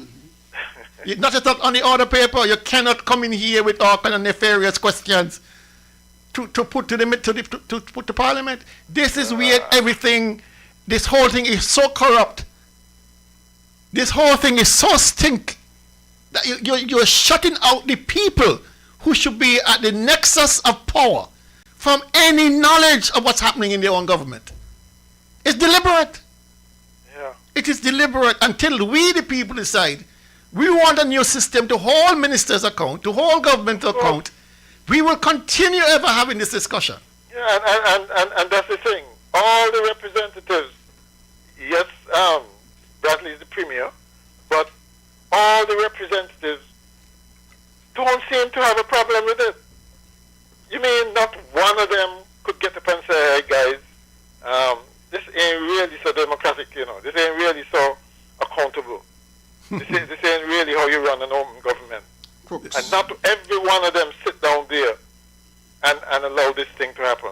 It is It's a sad. real travesty. I see when they come around begging for votes and they're campaigning, their hands are clean, and they have already corrupted the process so deeply and so badly. It's outrageous. It's outrageous. I mean, even if the process, even if the Constitution and so on, the laws allow for this to happen, I mean, how do you feel? No, I mean, like I said, it's not much change. How do you feel just hoodwinking, because that's what they're doing, you know, hoodwinking the Division public, and in the case of the federal parliament, the public generally, of hoodwinking them into thinking that you are spending their money wisely, prudently, when in fact you cutting these kind of deals and making these kinds of payments that are questionable. You know, I do hope that there is some recourse after, you know, because that seems to be the only thing that can stop them. If they know that at some point, and there's no statute of limitations or anything like that, at some point they're going to have to account for what they've done. You know, that's the only thing I could think of that would make them pause. Well, we are in 100% agreement with that, because I'm a strong believer that once you take that out of office to protect and preserve the rights of your population, you should be held account. Well, how we get there, Dr. Daly? But caller, thank you very much. Yeah, okay then. Yeah. I appreciate the call. How do we get to where you and the caller finished, when we would have had a commission of inquiry in panel some time back, and the Eastern Caribbean Supreme Court shut it down, claiming that it was biased? We all know the reason there. So could the next court come back and say, well, the precedent has been set that you cannot investigate into different time, different season? So you just have to keep trying. You just have to keep trying. If you once you throw your hands up in the air, that's it.